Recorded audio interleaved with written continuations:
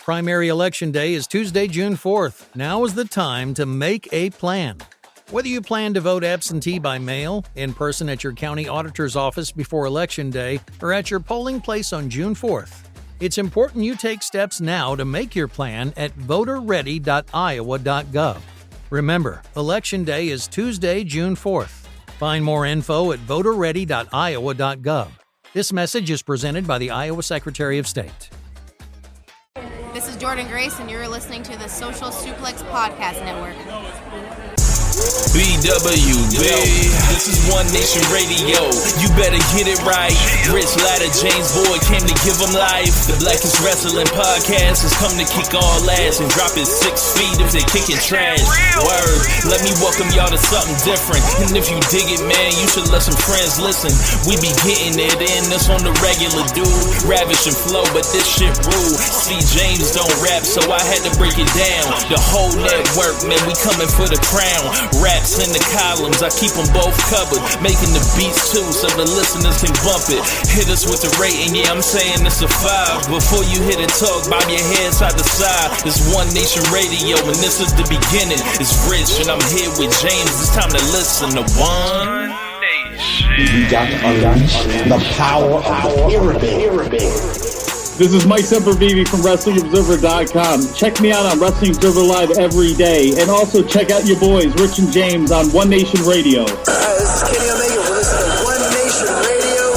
Check it out, guys. These guys know what's up. Big Kenny Omega fans, and that's all that counts to me. Goodbye and good night. Bang. Hey, folks. Welcome to this week's edition of One Nation Radio. As you can see and hear, me and Rich are in the same place at the same time to review one of these shows. I'm up here for the Memorial Day weekend, and we are here to review Double or Nothing 2024. Yeah. A great show. Rich, what's going on, man? Yeah, man. What a crazy second half of the show for sure. This was like just like some of the matches on the show, like I did not like, but then overall it just felt like something would really have to go wrong with the talent on this roster to not deliver at a high level. And then the main event was just flat out insanity. There was a lot of stuff. Yeah, they're talking about the Ishii cosplay by Dax. We noticed that as well. As long as we get him out of the Brett stuff, let him switch up a little bit. Let him switch up. Let him see some other types of pro wrestling. Yeah. So let him see some wrestling he's actually capable of replicating to somewhat extent, as opposed to thinking he can keep up with the excellence of execution. Yeah. Are you insane? Yeah. And how ironic I'm wearing a Brett shirt right now. How ironic. Look at that. Look at that. It just all came together for me to say, hey, I like Brett as much as he does. You think I can hop in the ring and do what Bret Hart was doing? Dax is a great wrestler. Do you think Dax really thinks he can do what Bret Hart does or did? Maybe he does. He's tried, but he don't move like that. Yeah, it don't quite. It just ain't. It don't quite turn. Great wrestler, around. Great wrestler, but there's just a certain level of skill that's there with Bret in movement that Dax just don't. He don't possess. It's okay. Yeah, we've had a long, fun weekend so far, including a big party last night. I was off, lots of wine. This man was doing solo karaoke, and it was quite entertaining. It was quite entertaining. You ever seen people that have such charisma and the forced personality that they make certain things work that otherwise should be a disaster? If I had my non-performing ass up there trying to do that, it would have been cringe. It wasn't cringe. It was compelling. It was compelling. It was amazingly compelling. I'm out here doing background vocals some of the songs. I'm enjoying the shit he's doing. Is he hitting the notes well? No, it don't matter though. It don't matter because he's drunk. Yeah. He's drunk. And he wants to get it done. And he got the job done. Shout out to Rich. You just got to commit to the bit. Like I believe that is a big thing in life. Whatever you're doing, just commit to it. Own it. Commit to the work. Yes. Okay. And then people will believe in you eventually. I think. Okay, I'm about to try that next time. What songs? There was Mariah. Remember so this is Zach. He did that Mariah Carey song again. Yeah, that's his damn shit. Yep. That's his damn shit. That make it happen. That's apparently your go-to now. Yep. You want to sing Mariah Carey? I did that. I would talk down to you, but I always do. What do I do? What is what I do? I keep doing Usher, so I keep singing Usher. So I see what you mean. You be like, look, they're great. I'm great too, damn it. I bust out a country song that Josh Turner, your man, sang Usher My Way. Yeah. I sang some Prince song. I'm not sure which one. You sang Cisco Got to Get It. Yes, I sang Cisco Got to Get It. That was amazing. I ain't gonna cap. If y'all ever heard that, that's, oh my god, that's quite a song. I might have to add that in a permanent karaoke mix. But that was what he did on a random suggestion for me. I was like, hey, there's no actual you can't find this on YouTube to go do it. But I'm just gonna give you the lyric video, and then I sent him the link and he plays like, oh, I'm doing this, and yeah, that man went out there and sang that song about eating pussy. He absolutely did that. Yep. Oh man. But yeah, man, this is the fifth Double or Nothing. Overall thoughts on the show, I would probably say I thought it kind of had first we had trouble getting into it for whatever reason, and we were behind all night, so I didn't really have much in the way of live tweeting to do. But like I said, overall, this is a great show. There are a couple things in the company that I am taking notice of, though, with Ospreay now getting that international belt, and this is going to be a criticism of the company, I think, to where I feel like they are finding ways to book people away from each other rather than toward each other. I mean, that is a part of booking, though, right? You gotta say, hey, we have programs for people that we will have in line at certain points, certain times. And right now, we have to keep people occupied until they cross paths, or we want them to cross paths. So we have to have people. This when I say people side quest or down cycle, it's like this person. People can't always be at the top. So there is some are more obvious than others. Obviously, Ospreay has his belt when he's been undefeated since he came in.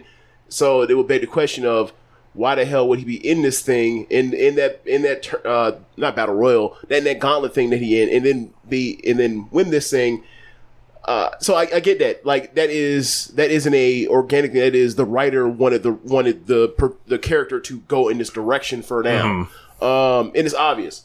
But it's not necessarily the worst thing in the world. To me, it's not necessarily the worst thing in the world. It's just something I'm noticing. We'll get to it eventually. Because, the trademark, is where the best wrestle. It's let's see them wrestle each other a little bit. Well, it says it does say we're the best wrestle. It doesn't say we're the best wrestle each other all the goddamn time. Yeah.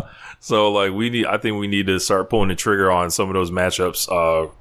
In the coming, Forbidden Door season and, the summer, because there is not a July pay-per-view on the books. That'll probably be Blood and Guts on TV, as well as the Owen Hart finals. So there's going to be, I think big matches to have. People going to need to, find a way to put their shoulders on the mat, unless your name is Malachi Black, apparently. But he's not going to be in that tournament.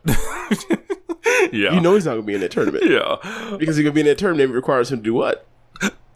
Put his shoulders on the mat. Or, he could pass out again. He could just pass out at random. Yeah. It's funny because, everybody's passed out except for, Miro.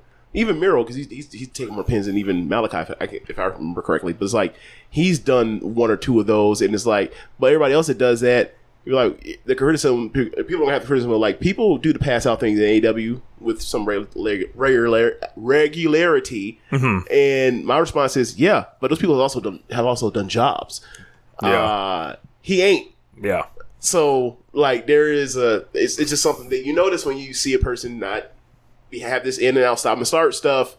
It's this person doesn't do business, and it's okay, man, you're talented. I like you, but this is now becoming a hindrance to the show's programs and directions. And I think you have to book around this stuff. You got to ask the question, the last point I brought up, booking people away from each other.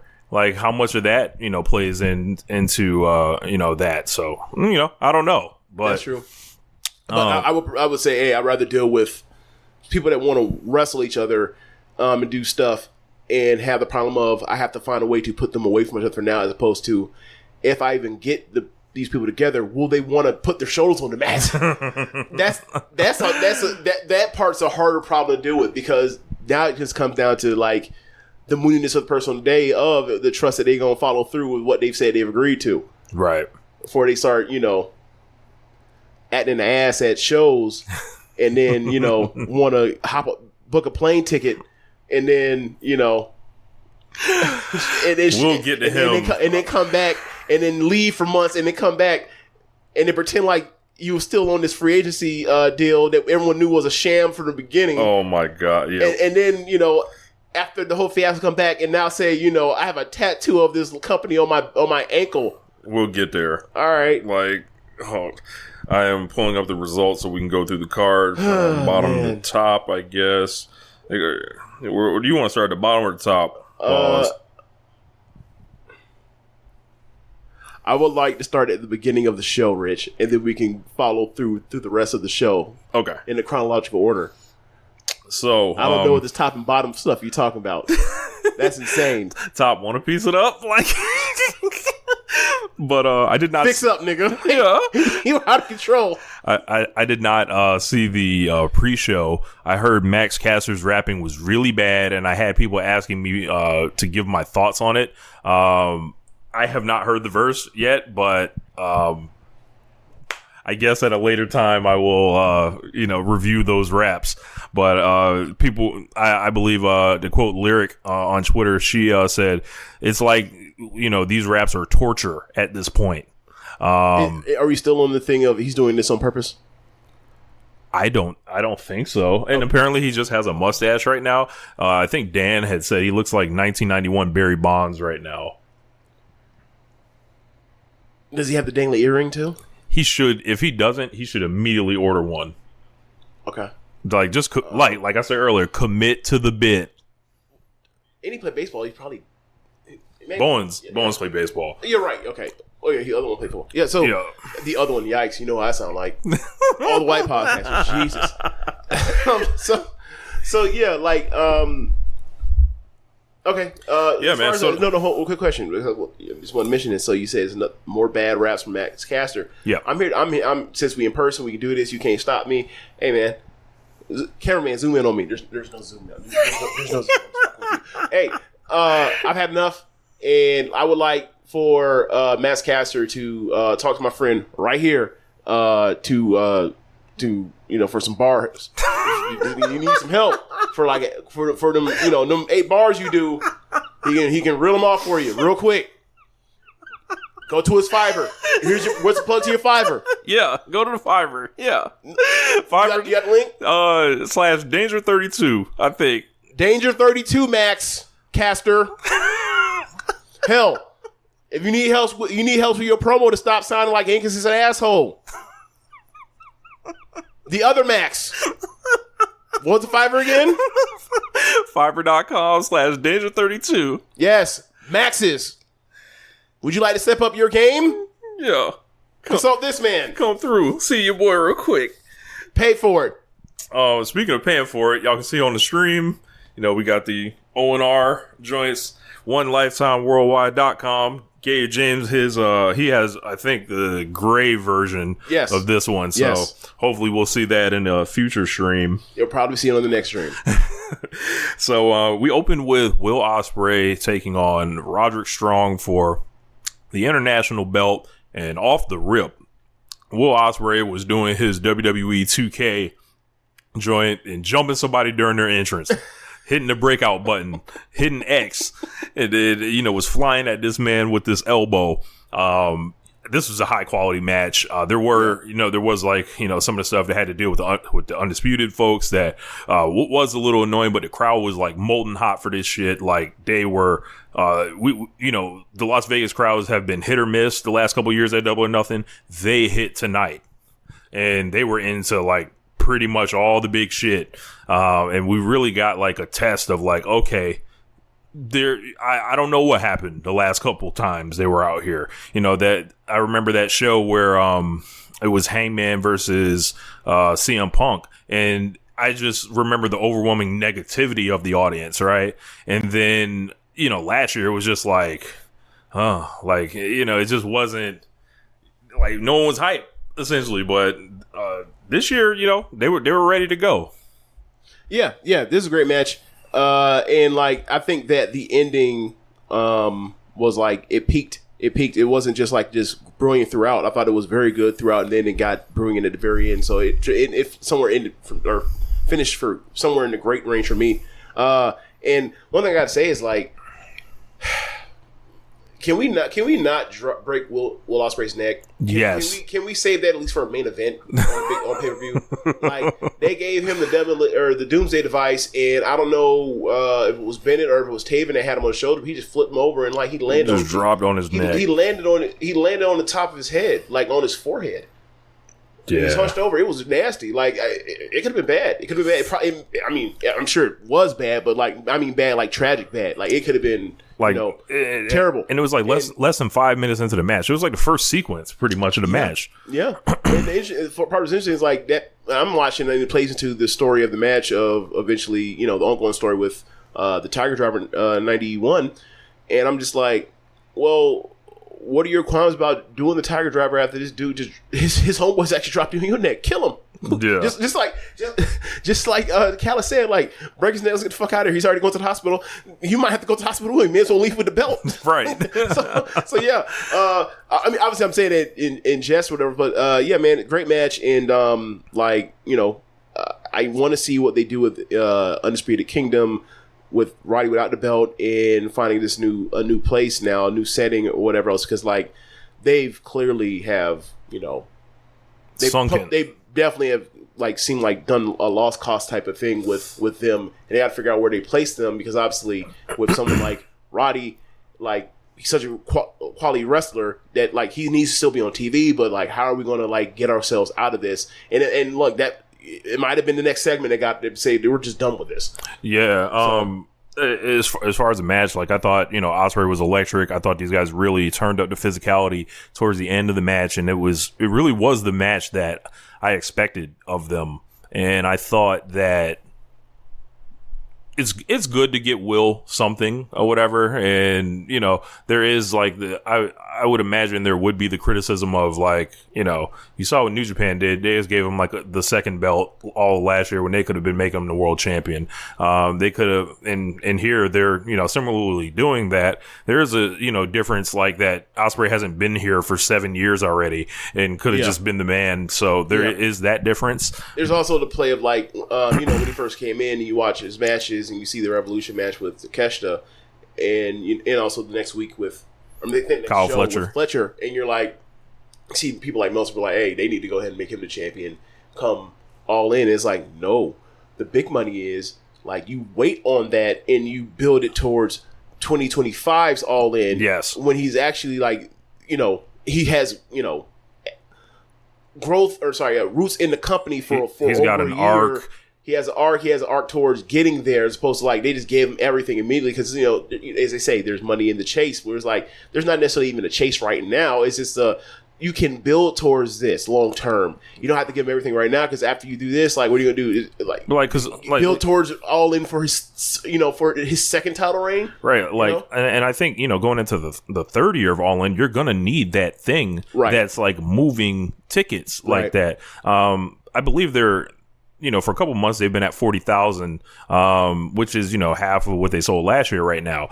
I would imagine leading this summer into that, they'll probably get in the 60s if I, had to estimate. And we'll have people say it's a failure, yeah. It's a failure. Get ready. Like, they're going to sell over 50,000 tickets again, and people are going to say it's some sort of failure, because that's what this is. If, you people that have listened to us, that we say this, like, people are miserable. These things have turned into just rhetorical things because they built the death of this company despite numbers. Let's ignore math. Let's ignore figures.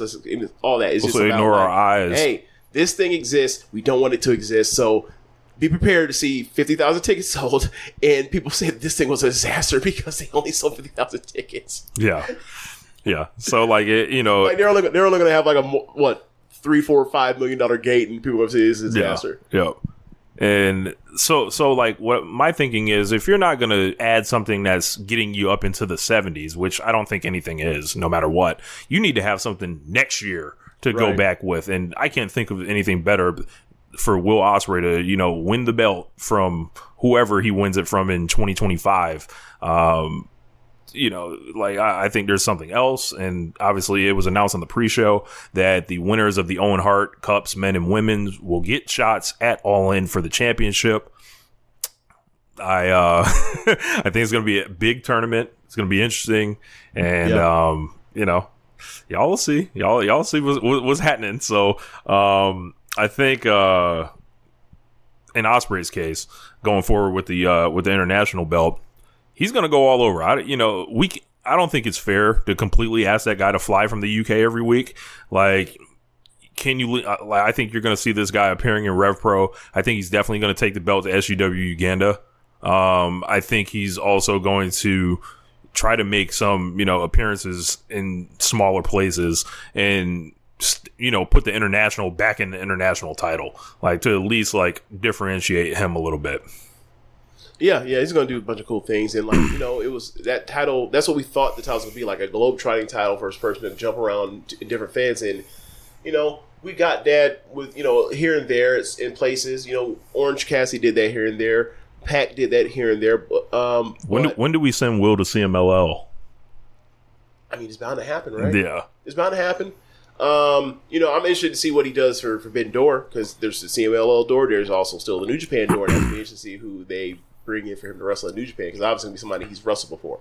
So, yeah, man, I want to see what he does, and I think it's going to be really interesting because, like, the idea of wearing him out with travel isn't going to be such a thing because we saw what he did last decade. Yeah. You know? So, like, if anyone built for this belt, it was him. Yeah. So, moving on to the next segment, after Wardlow gets tossed out and Taven and Bennett get tossed out and Roddy leaves, Adam Cole comes out, and it's time for story time with Adam Cole, baby. And he talks about that he's back, or not that he's back, but that, you know, he's upset about a bunch of different things. He shows I'm looking at his back pocket, and I see the devil mask, and I'm like, oh, MJF's coming out. So this was part of my experience of being late on the show. We were behind, and, you know, my ass, I can't stay off Twitter. So I see these pictures of MJF back with the fresh hairline from Turkey, the fresh trip from Turkey and Istanbul, and, you know, to revive this entire situation right here, darker color, all that shit. So you know, with Jericho, we just say he the plug, and we laughingly point about it. But like with MJF, it's like it's almost Turkey like trip. We like, hey, bro, what you doing? Is it because of the age? It's the age. It's the age. Like Jericho, at least, you know, that's an old man trying to. But this is genetic scrap shoot. Like, look, don't look at me. I ain't never been Turkey. I don't give a shit. Look, the jokes do not, you know, discriminate. So okay, fair enough. MJF has talked about how he has faced discrimination in life. Well, this is a discrimination-free zone for him. But we were reclining. Like, well, I was gonna make a genetic joke and then talk about anti-Semitism. Nope. I'm leaving it alone. I'm leaving past that. We're gonna move past that. I'm not that talent of a comedian to charge that line. I'm not. Y'all finna hit me with one of them. Yeah. I'm not one of those people, so I'm leaving that alone. So Adam Cole's out, and then there's like the lights go out. They throw to a video, and it's like a mark room for MJF essentially. It's like a trophy room of like memories for AEW, and the weird thing is like it's shot from a first person perspective. So first person shooter mode. No, well, actually, it's shot like a POV porn. And like he's walking around this room and like can't say I've ever seen that. Anyway, so he said that Purple Drink says that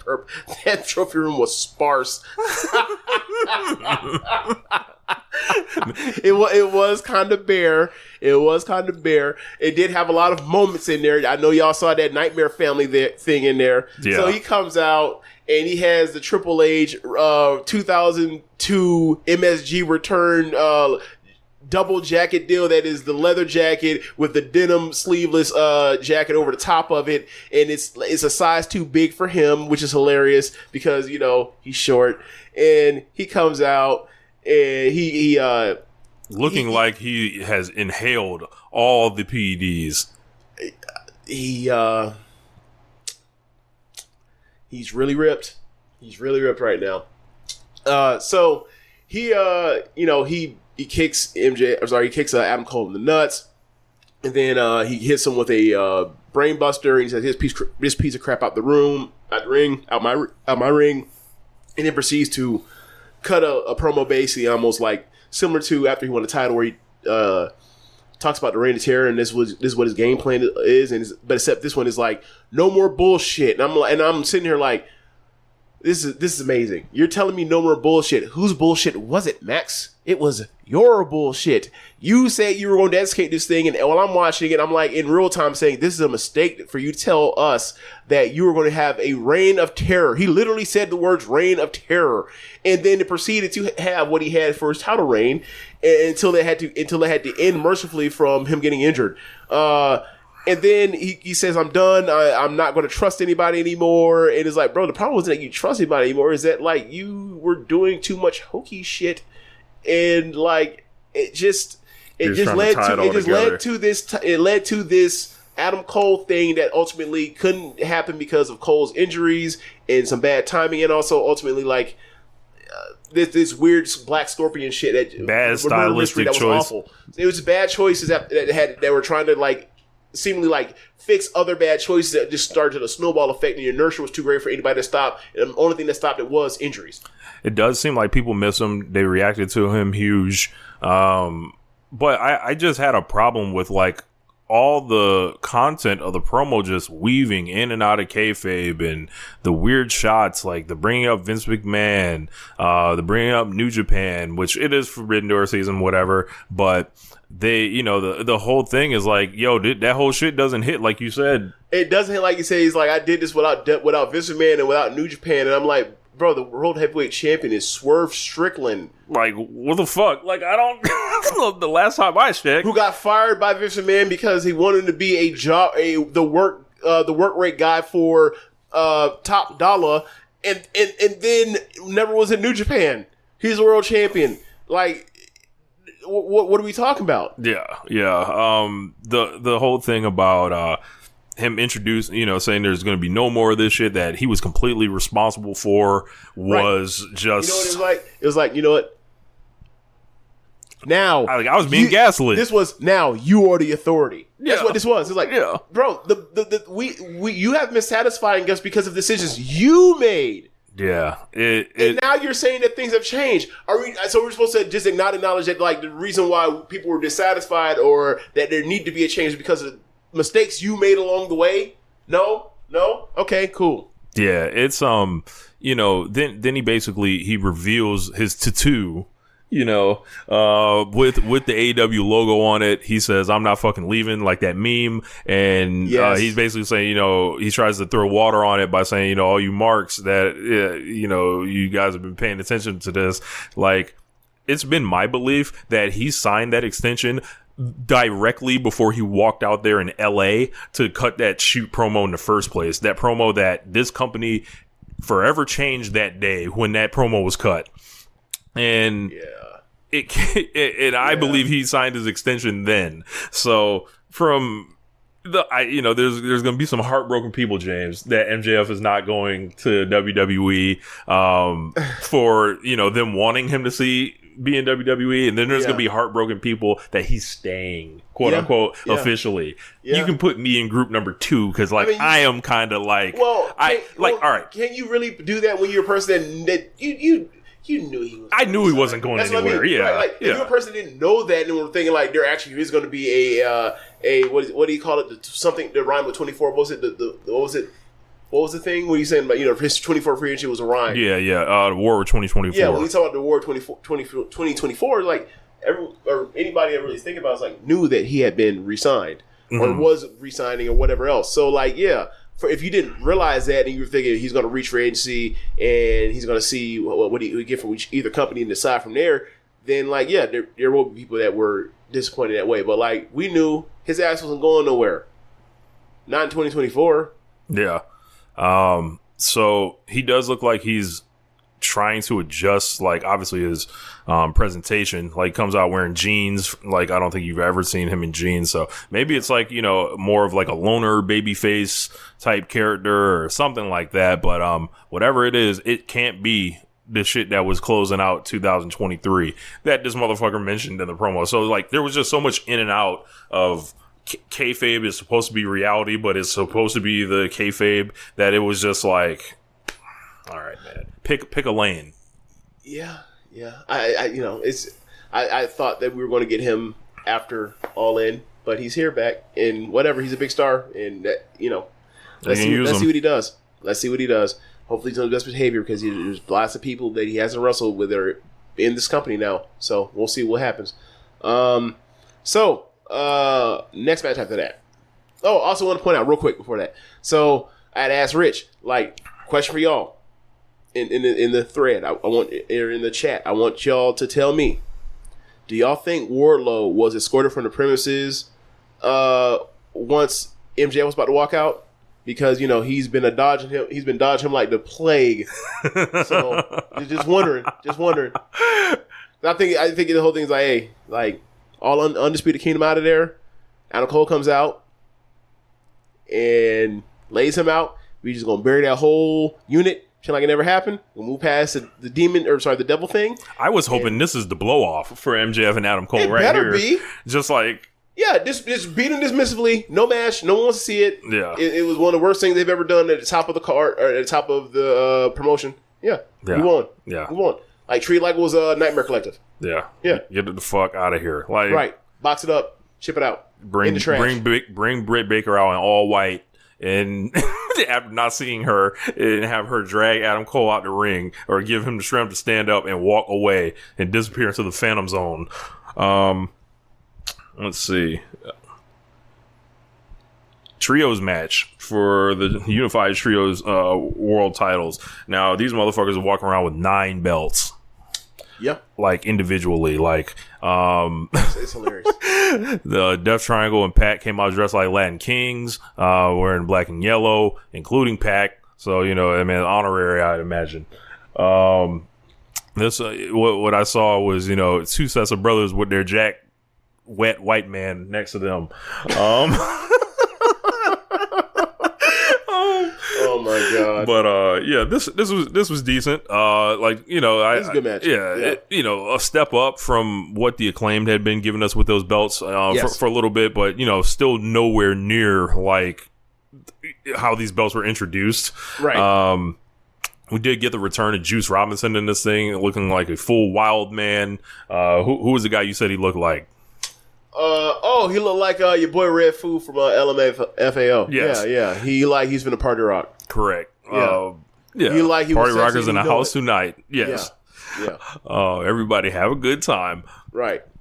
We gonna make you lose your mind. Right. Champagne showers, all that. Yeah. Yes. Him coming back, so like it's still funny. Like they have 9 belts and they still don't have enough people to like hold them all. So they're all just they're having those belts. I thought this was good, solid add to the show, but like nothing really, Yeah, a good quality undercard match. Brings back Juice. Juice was the stir to mix the drinks we found out with, or to try to mix the drink we found out with Bullet Club Gold. And yeah, like glad he's back. He is the lunatic that is going to make Jay White seem like a real true threat. He needs them together, and also, quite frankly, we need this Jay White and Juice Robinson tag team. We do. Like, they were great on Collision, and like Jay's kind of been hanging around with the ass boys, and like I felt like Jay's out there babysitting. Yeah. Yeah. I want to see Jay not have to babysit. So we got a singles match for the AEW Women's World Championship between Timeless Toni Storm and Serena Deeb. Interesting match. I thought the second half of this match was really awesome. I think Serena Deeb just was not over to any level whatsoever, and that obviously hurt the match. She was over as a heel, and she worked as a heel. Yeah, but and she worked her leg because she was the heel.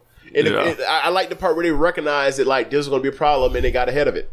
I like that. I also, I enjoyed like the part where just like she went to work, like she's a technician. She worked on Tony's leg, and Toni worked from underneath. She worked babyface for the match. They played into the crowd reaction that Toni was going to get, and it was a successful match.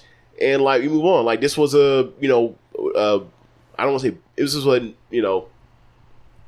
collector's thing. Like just add to the defense record, move on. And I thought this was appropriate.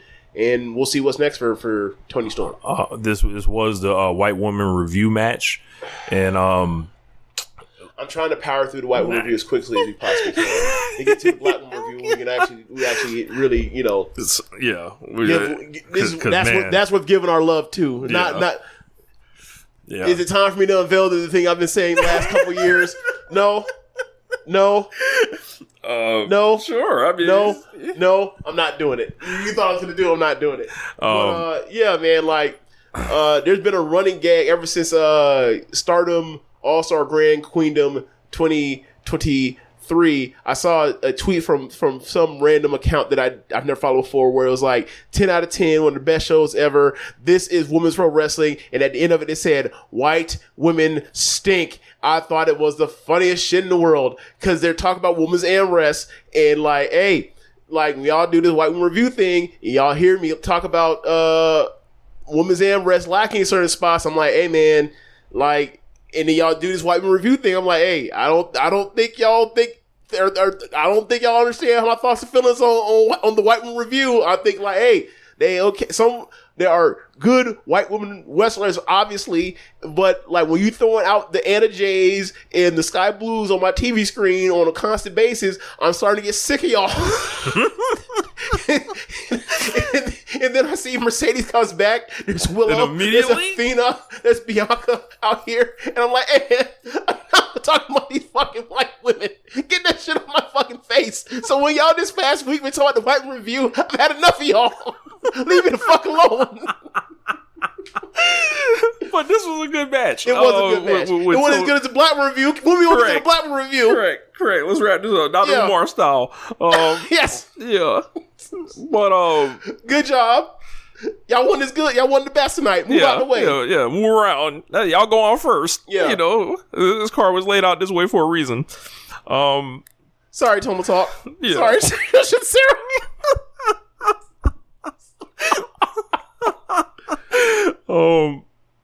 So what was next on the show? Orange Cassidy and Trent Beretta, the Tonal Talk Bowl. Yeah. Speaking of Devil. Yeah. This actually was a really good match with a ending that I didn't necessarily love.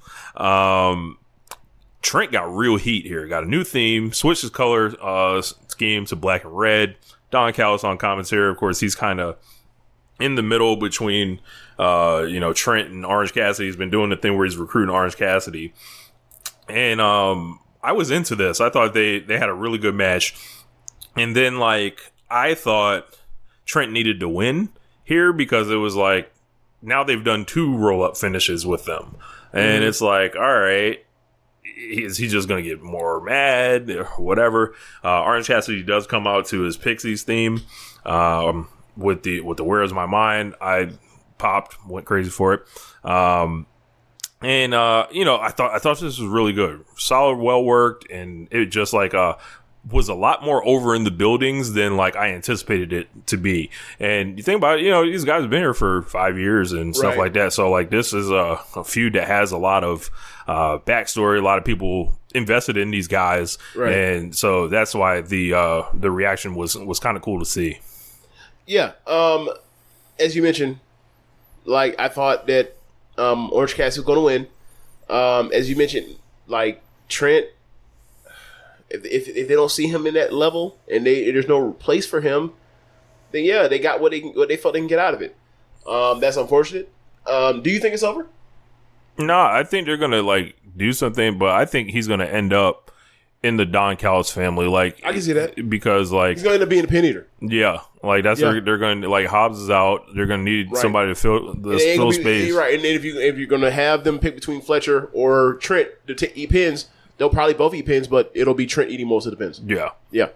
But yeah, Orange Cassidy gets a win, and you know they're actually branding him kind of interestingly now. Like Callis, like, started bringing him up as an iconic figure in AEW and stuff like that. So, like, you know what that means? That means you're never winning the world title, but we're going to try to make you like this special signature guy for the promotion. Like, I've seen people joke about it. Like, he's the Undertaker of the promotion. Huh. Because he's always there. He's reliable. He's always there. You can feud with him outside of the main event or whatever. Right. He can prove yourself against him. You know, he can step in and a pin should be the man. Whatever. Like, there's some parallels there. I don't think Orange Cassidy runs Wrestler's Court though. I also do not think he has a penchant for Kid Rock. So we got a 3-way match. The FTW rules: Jericho, Hook, and Katsuri Shibata.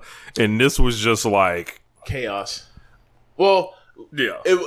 Minor league chaos, depending on the two other plunder matches we got tonight. Yeah. But like I'm in and out of consciousness, and as I'm going back into consciousness, I'm just like, wait, they bumping on dice, and Jericho's bumping on dice, and Shibata's bumping on dice, and they're like bumping normal / selling, and they throwing dice at each other like they're stoning them. Dice like they're pebbles, like they're stoning each other, and then you see Hook take bumps, and he's out there fucking dying. Yeah, and I'm like, hey man, like, I don't know if it's just their nerves is dead between these two lifelong wrestlers, but that he was hurting.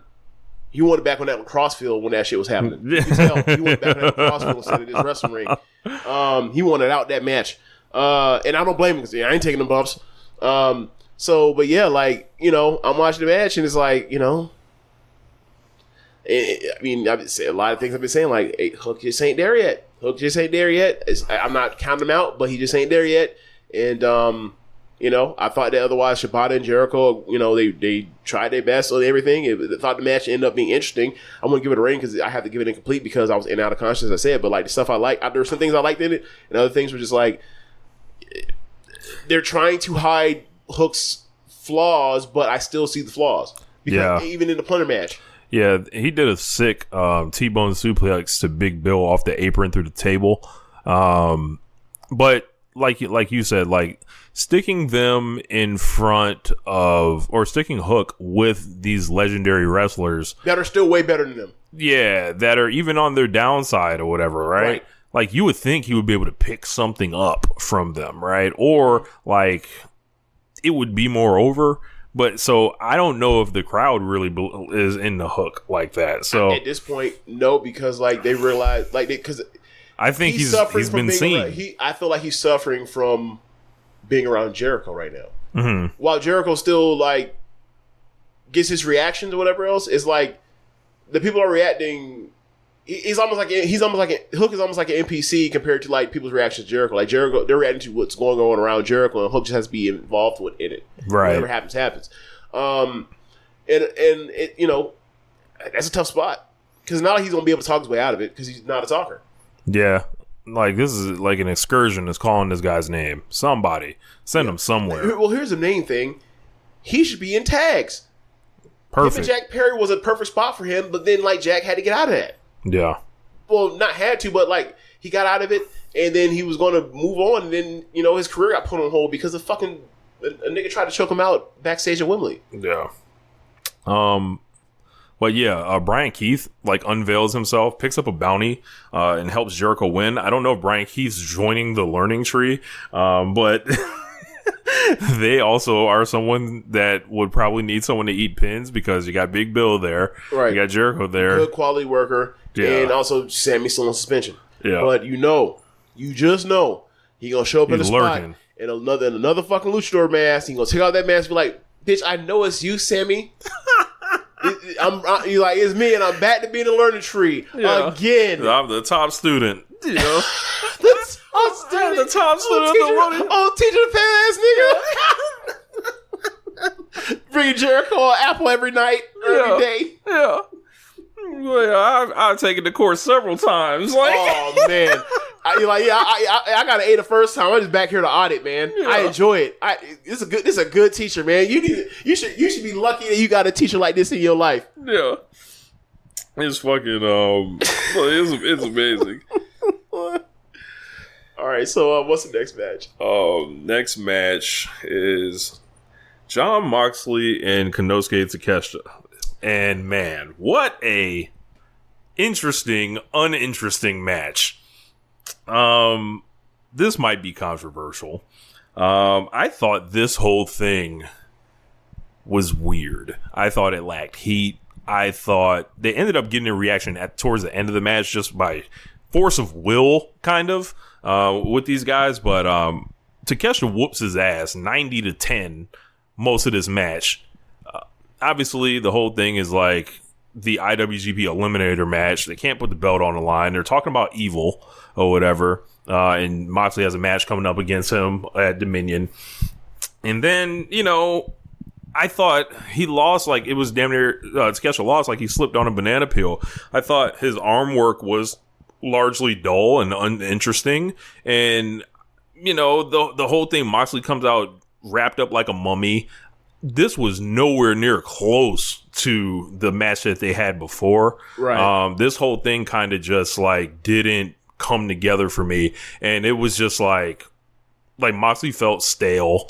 And I don't know if that's a function of like him. He's been off in Japan for a couple months with sparing appearances, but it's the whole thing with BCC being, you don't know what side they're on. So it's like, I'm almost apathetic to, their stories, at a point.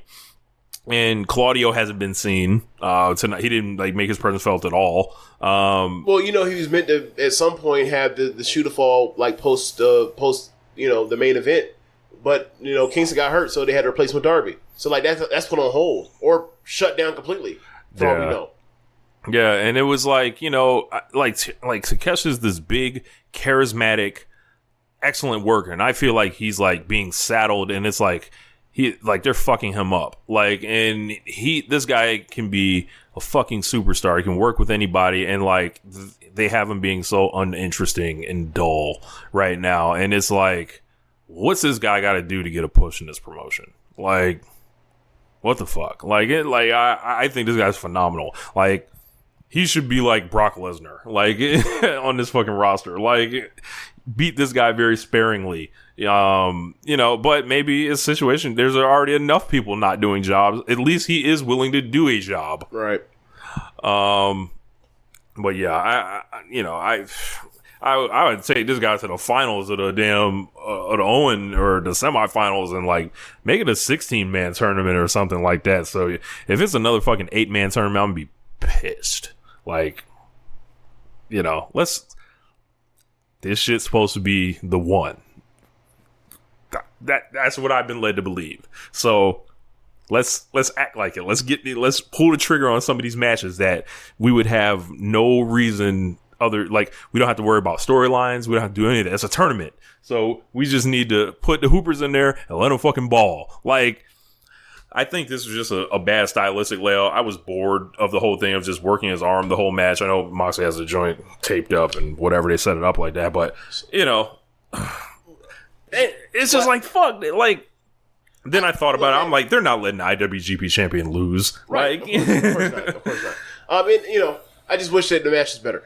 Slash Ice has a good point on chat. It's they have to have the same equal number for men and women in do they have 16 available right now in their position women's wrestlers to put in a tournament? The answer is no. People are caught up in other things right now. You got Willow and Statlander now. You have Mercedes with the title. You have Athena, Spacey Shadow Band from ever showing up on TBS or Turner, period, right now. Riho has a visa issue. They don't have 16 on hand, so it's going to end up being 8. It's going to be an 8 again. Shoot, pull out Queen Emanata. Where's she at? You know, her and Red Velvet have both been shadow banned off to ROH. Yeah, so we need to right. Is there a quota thing we weren't aware of? We got to right some wrongs. You know, like we serious. I'm serious.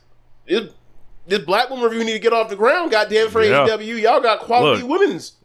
Quality women's. Mercedes, Willow, Athena, Red, Queen. Right. That's the big 5 right there. You got a whole star lineup for your ass. Look, am I missing anybody? I might be missing somebody. They can go out there and go and run a quarter competitively with the Fever right now. If Elite Boston gonna be on that bullshit on the short roll. So yeah, like, man.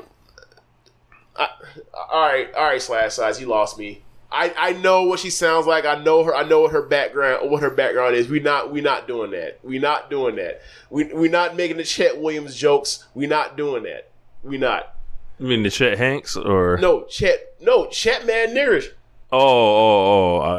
You ain't know that? You mean Hanks? No, Chet Holmgren. Oh, Chet Holmgren. You said Chet Williams. I was like, who the fuck is that? I said Chet Holmgren. My bad. He's Mad Niggerish. So I understand the Billy Stark steez. I get it. But we're not finna add her to the list with it. We just said she's not allowed. No, she's not a 6-man. She's not allowed. We don't play them games. We don't play them games. Not allowed. But yeah, the only white woman coming off the bench I fought with is Kate Martin. You know, like. Oh my God! Shout out to Kate Money Martin. Yeah, getting $100,000, living a life, getting $100,000. That's crazy. Yeah. That's crazy. So what do you got next? Barbed wire steel cage match with the TNT belt. This is where the show picks up, man. Edge and Malachi Black. Rich says, Rich been searching around. We've been talking about off air as far as like him when he's going to get information about like from people about the rules to the match. And Rich told me before the show, hey, someone's gonna have to do a job. So I said to Rich, so this match, have a good match. If he has a good match, he does a job, he's gonna be at your dog house. He goes, nah. And I started laughing. I was like, bro, he did what you wanted. And then sure enough, they had a good ass match. Edge was on top of that cage like a psychopath, damn near has his knees and his shins like bust through his skin. I thought that man was about to like tear everything from the waist below. Right. Like his whole patella tendon to snap. And then at the end, I got one for you. Pass out finish. Not gonna tap. Pass out. It's a fake job. It's a fake job. Like, I get it. Given the brutality of the match, I get it. It's not needed. It's over. If he gonna lose, then let him tap out. Like he's a martial artist. Martial artists tap out all the damn time. Like he has barbed wire wrapped around his head in a crossface. He can tap out. I can't believe. Matter of fact, I can believe this guy's been a joke. I don't see the need to further accommodate him. Get this guy out of the company. All right, he just had a great match. That was a fucking nasty match too. And we're gonna say get him out of the company after having a great match. That's a bit beyond the pale. That's a bit beyond the pale. You don't want to even put over Adam Copeland. Like it's just got to be. I don't know why we are bowing to the whims of this guy. What money has he drawn in wrestling? What piece of success does he have to his name whatsoever?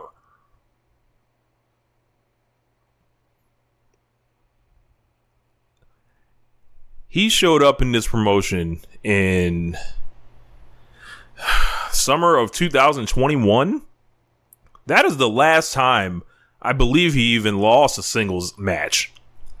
And of course, it was bullshit with all that because it was the Codyverse and everything. I mean, after that happens to you, come in your highest fish grease, and then you get fucked over, you're going to have your guard up.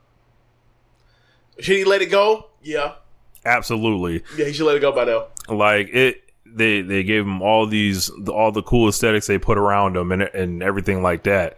But when it comes to you doing a damn job, you are infected with this crippling condition to where if your shoulders get on the mat, all of a sudden it just starts activating. If anybody even approaches the idea of, hey, let's do some business together, they've always got to protect this guy for some goofy ass fucking reason. We already had to fucking fuck up the cage match rules once for this guy in the beginning of the year with the FTR thing. And now this thing, we got a barbed wire cage. We got weapons galore. We got Adam Copeland jumping off the motherfucking thing. You can't put this guy over the real way in honor, in style, on a pay-per-view. Absolutely not. Like, I just think there's too many guys on this roster that either can't get on TV or are too fucking talented to be getting weighed down by this anchor, this malcontent. Like, this is... I know he was good in NXT 7 years ago, 8 years ago, 6 years ago, however long it was. That was a long time ago. I hope they don't dedicate any more TV time to him. They're going to dedicate TV time to him because, like, he's on Collision. So, like, I understand that people are going to, you know, if this is clipped up or whatever, if people are unaware of us talking about this, they're going to be like, hey, like, this is insane about this job thing. It's not about the job thing in sense of he won't put his shoulders down for people. It's that when this happens with wrestlers, you then become harder to book into programs. And Tony Khan has historically shown when people show that they're difficult to get a match or a finish for a match or for a program, he then stops using them. So it's weird, but the thing is also it's not just, you know, a mirror situation where it's like one person who just be outside of the mind from months at a time. He is in a faction with a dog in it in Brody King, and like this is hurting Brody King. Like I don't know if he realizes like he's being selfish and hurting his homeboy in this way. Yeah, and it's also weird because we know who he affiliates with at the person that's at the top of the promotion. And it's like that person got over through doing jobs. It was because he was willing to do business with people, and now look at where he is. So it's weird for me to be like, hey, I don't understand this. What's not computing that you don't have the proof of concept that like if you do jobs, you will be rewarded, and the matches are good and your programs are good, you will be moved or you will be used and you will not be fucked with. Like. It's a problem. It's becoming a problem for not just him. It's becoming a problem for his homeboy's career. He is hindering his own homeboy's career by doing this. Yeah. Whether he knows this or not. Yeah. Like, and Brody King comes out during the C2 is awesome. And up and down the whole thing. No complaints about really any of the other guys in the group at all. Like, you know, that's like, it's just so frustrating because, like, the guy's undoubtedly a great wrestler.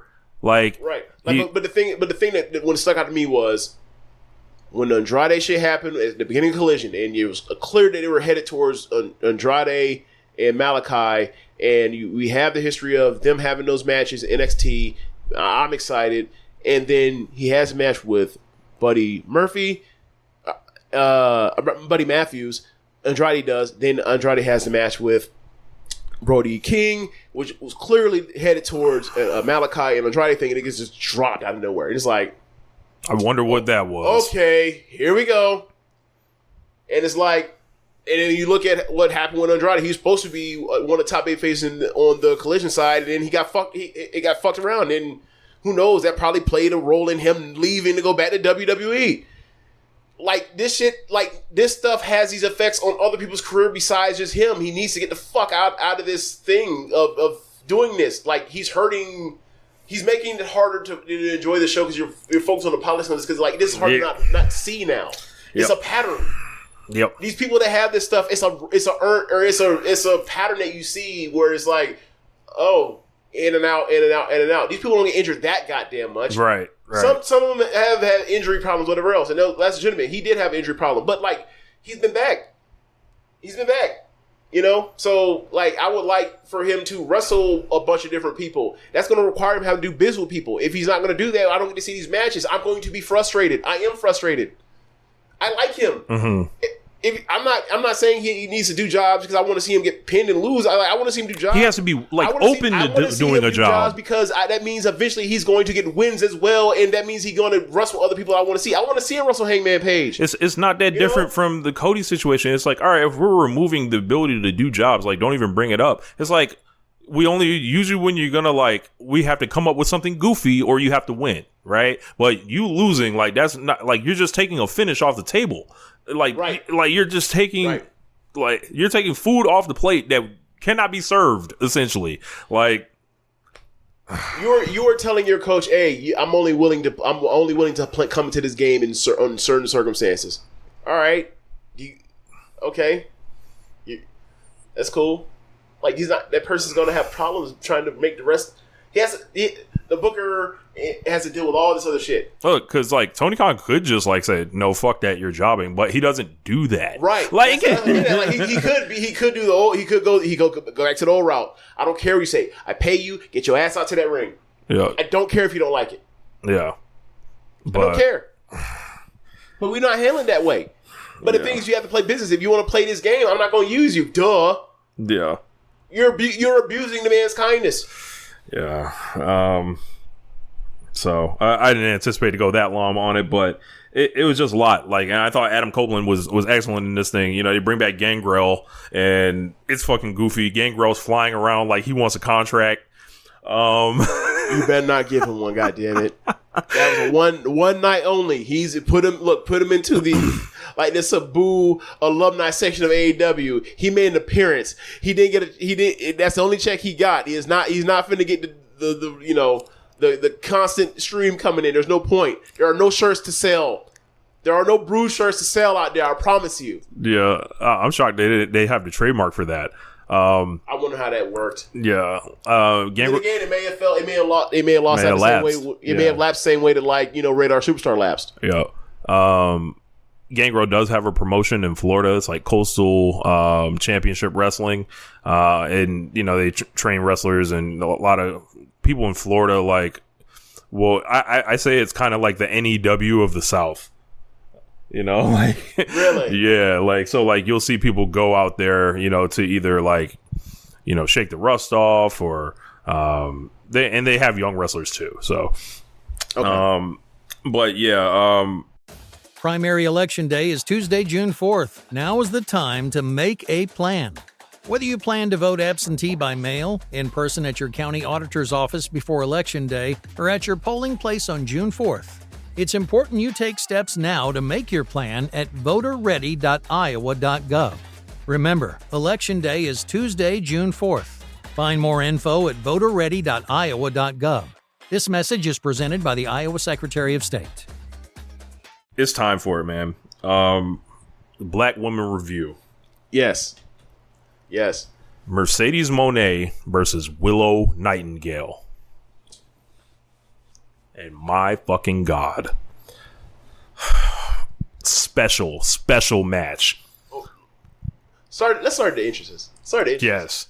Mercedes comes out, and obviously this has in part to do with the ring had to be refixed, and they had to move all the shit from the plunder match that happened before. There's a drum line that comes out. They start playing, and then even before that, there was a video package. This super heavy-handed video package that was intentional. So that was about the revolution and women, and it's basically like a woman's feminism thing, and almost like women's revolution thing. It was without saying women's revolution because obviously WWE taxed their ass on that one. And they have pictures of Ruth Bader Ginsburg and Serena Williams and Amelia Earhart, and I'm just like. So Mercedes is so good at suddenly being a heel, but motherfuckers don't get it. And I'm just like, she's a heel. Brian Alvarez, she's a heel. She is a bad guy. She's trying to do it on the slide so that if you want to cheer her, you can cheer her. But if you want to boo her, you can also boo her because she's trying to be a heel. You can also see it in the layout of this match where she's going over and attacking the woman's leg over and over and over, wrestling with desperation and going back to the body part because she cannot handle fighting Willow in a fair one because with the size disadvantage that she has. David Meltzer. She is a heel. David Meltzer. She's a heel. Jesus Christ. Now that we've established that. So Mercedes comes out. She gets cheers and boos, which is the point of this. Then Willow comes out. White gear, white top. Best gear I've ever seen her in. The hairpiece she had in, exceptional. I gotta say, we were in the hair shop today. How are we going to explain this? Why would you say this? Because we have to explain that now. We was in the hair shop today. We were at a brunch spot up here in Atlanta on the west side. And like west side Atlanta restaurants are going to west side Atlanta restaurants. There was a wait. They told us 45 minutes to an hour. We ended up way lower than that because it's brunch time on Sunday in west side Atlanta. So to kill time, we walked into the shop that happened to have some good ass air conditioning. Off the side, we were with my cousin's fiance Alicia, longtime friend, and we were walking around the hair shop and stuff.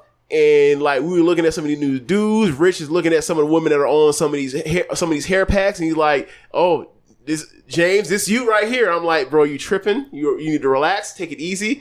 And that's how we waste some time until it was time to get to our table. I had to explain that because they'd be like, why the hell is James Boyd in the hair shop? What hair? I have to explain these things, man. Thank you. Added some flavor to the show, but in the hair shop we actually did see the shiesty masks. Yes, there were the shiesty lyric. If you listen, they had the shiesties. And Rich wanted to, and actually he had a shiesty that had like the Sub-Zero scorpion face front on it, and Rich was really considering putting putting the press on it, the ONR press on it. That's gonna happen. Yeah, the Shiesty show is gonna happen. Like we are going to do the show in the Shiesties, in the One Nation Radio Shiesties. Full on Lamar Jackson. Yeah, it's coming. It's gonna happen. I promise. It probably look Christmas episode. Yeah, something like that. Yeah, maybe not FOH like the Christmas week episode, something like that. Yeah. When it's chilly, we gotta. Can't put that on in the summer. You'll die. Fuck around and die. Anyway, back to the match. The dynamics have worked 100% on this, and this was the proof that they built this thing up the right way. Yes, and because as soon as the match started, even before the match started, during the ring introductions, like you hear the crowd clearly give a loud cheers and also boos from Mercedes. And then Willow has the 100%.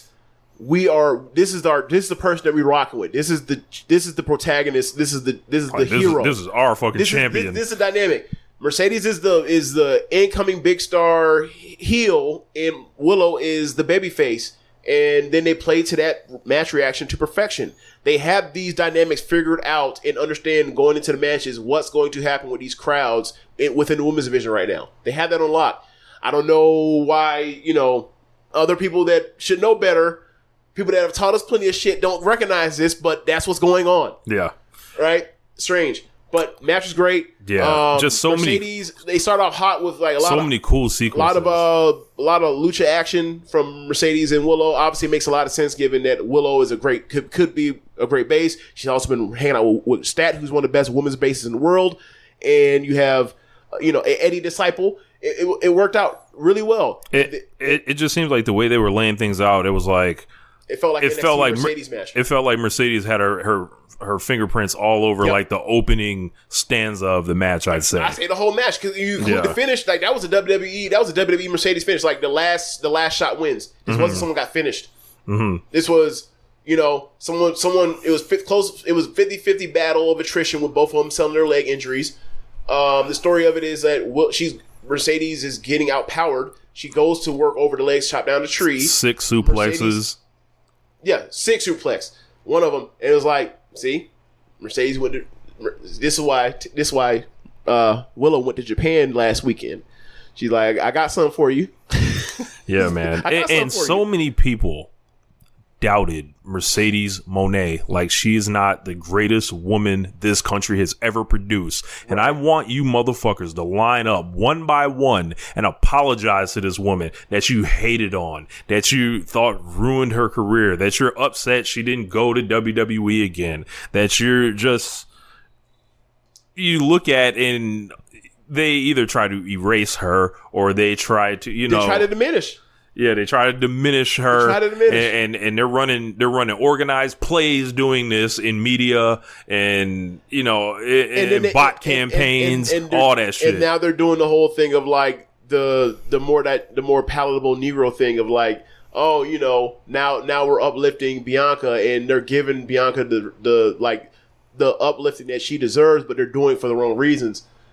They're doing it to try to diminish Sasha and her achievements and her accomplishments and her tenure in WWE. And it's like, that stinks. Like, nah, praise both of them. Because they both deserve to be praised for what they've done to a woman's American pro wrestling. I think I think Mercedes had so much to prove. This was always going to be a great match. Like there was no circumstance unless Willow, we're talking about, as you mentioned, I really feel the greatest women's wrestler this country's ever produced as an in-ring performer, and then the woman that was the second best women's wrestler in major AmRest or not even major, just AmRest last year in Willow. And it's not they shocking found this would be a very great match. And I think they've found each other at this perfect point in their careers where Mercedes needs new stories to tell with people. And Willow Nightingale, she wasn't as great as Willow was. She was not going to get there wrestling just the common AEW women's wrestling division. Julia Hart, no. It was not gonna like in that way where this is a fucking superstar like it did tonight or whatever. She needs Mercedes just like Willow needs her or whatever. They need each other so much. That's why I'm so interested in how this dynamic will play out over the next couple of years. This is only the first match they're ever gonna have. Right. What about they're not done? What about when we get to their fourth match and they're doing callbacks and shit to this one? So there's high level potential here. And I think just this was for the TBS belt and it was already wait the fuck. This is going to be for the world belt one day. Right. And Willow's going to get that big win over her at some point. And it won't be because of an injury. It will be because she put her shoulders on the mat. Yeah. And this is I think this is just one of the most special matches that have happened, especially in the AEW women's division. Yeah.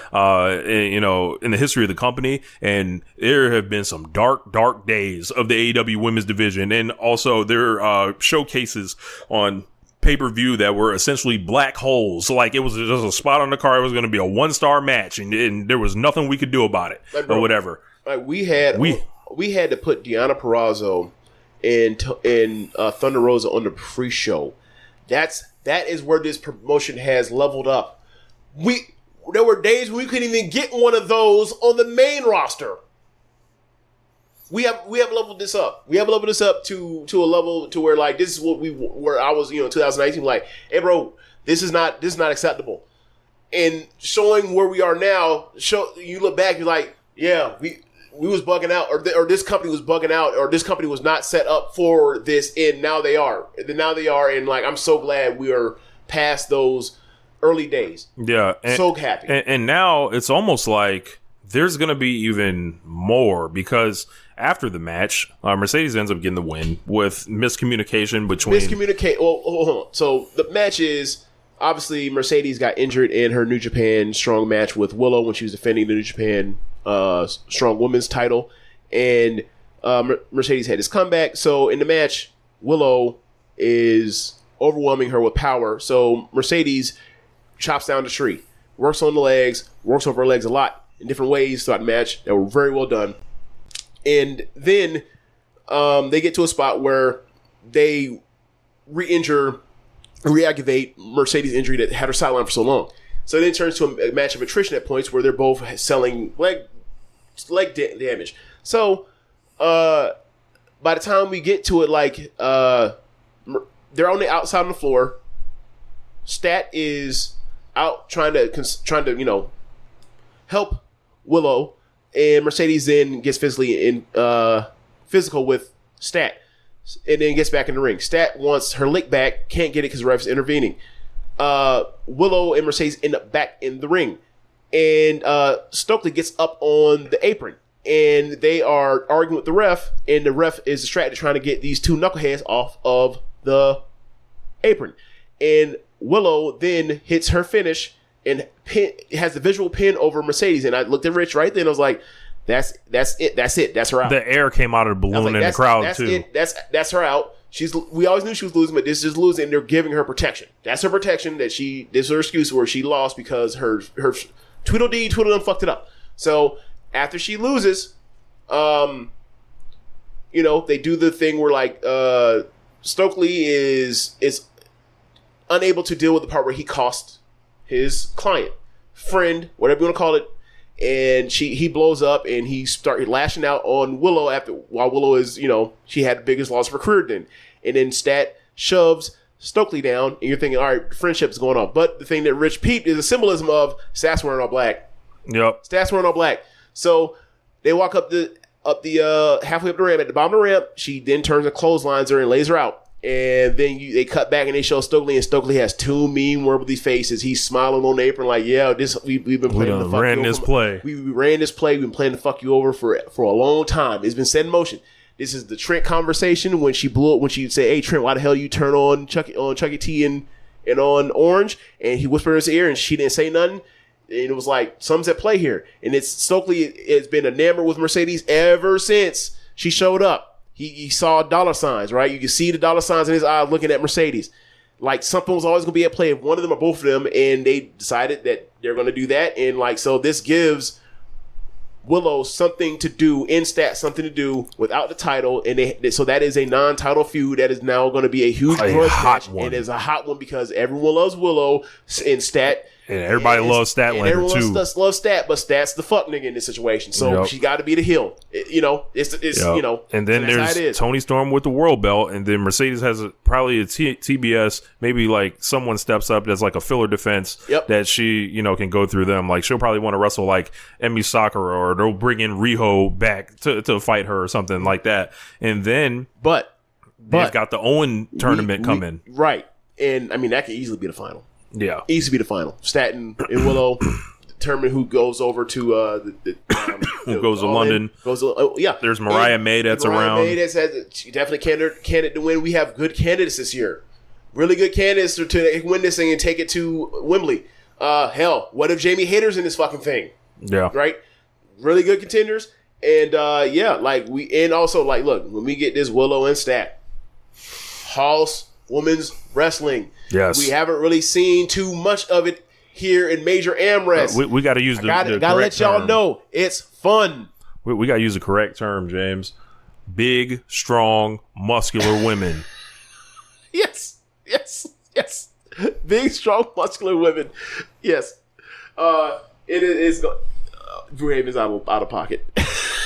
But yeah, it's gonna be a blast. It's gonna be a blast, and I can't wait. And I think this is the best thing for both of their careers at this moment. Like that whole teammate thing was great, and this whole breakup is gonna be great too. And hell, they can make up eventually down the line too. They need to be tied together for the rest of their careers, whether it's love and hate. This needs to be like some Owens Zayn shit. That needs to be what it is. Like they're gonna have their careers and go up and down and wherever they go together.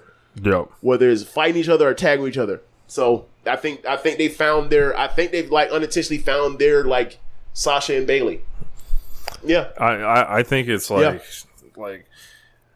she came out of this match. The crowd loved it. The crowd ate it up 100%. Willow Nightingale came out of this match with two generational rivals. Yep. A lot was accomplished here. A made woman.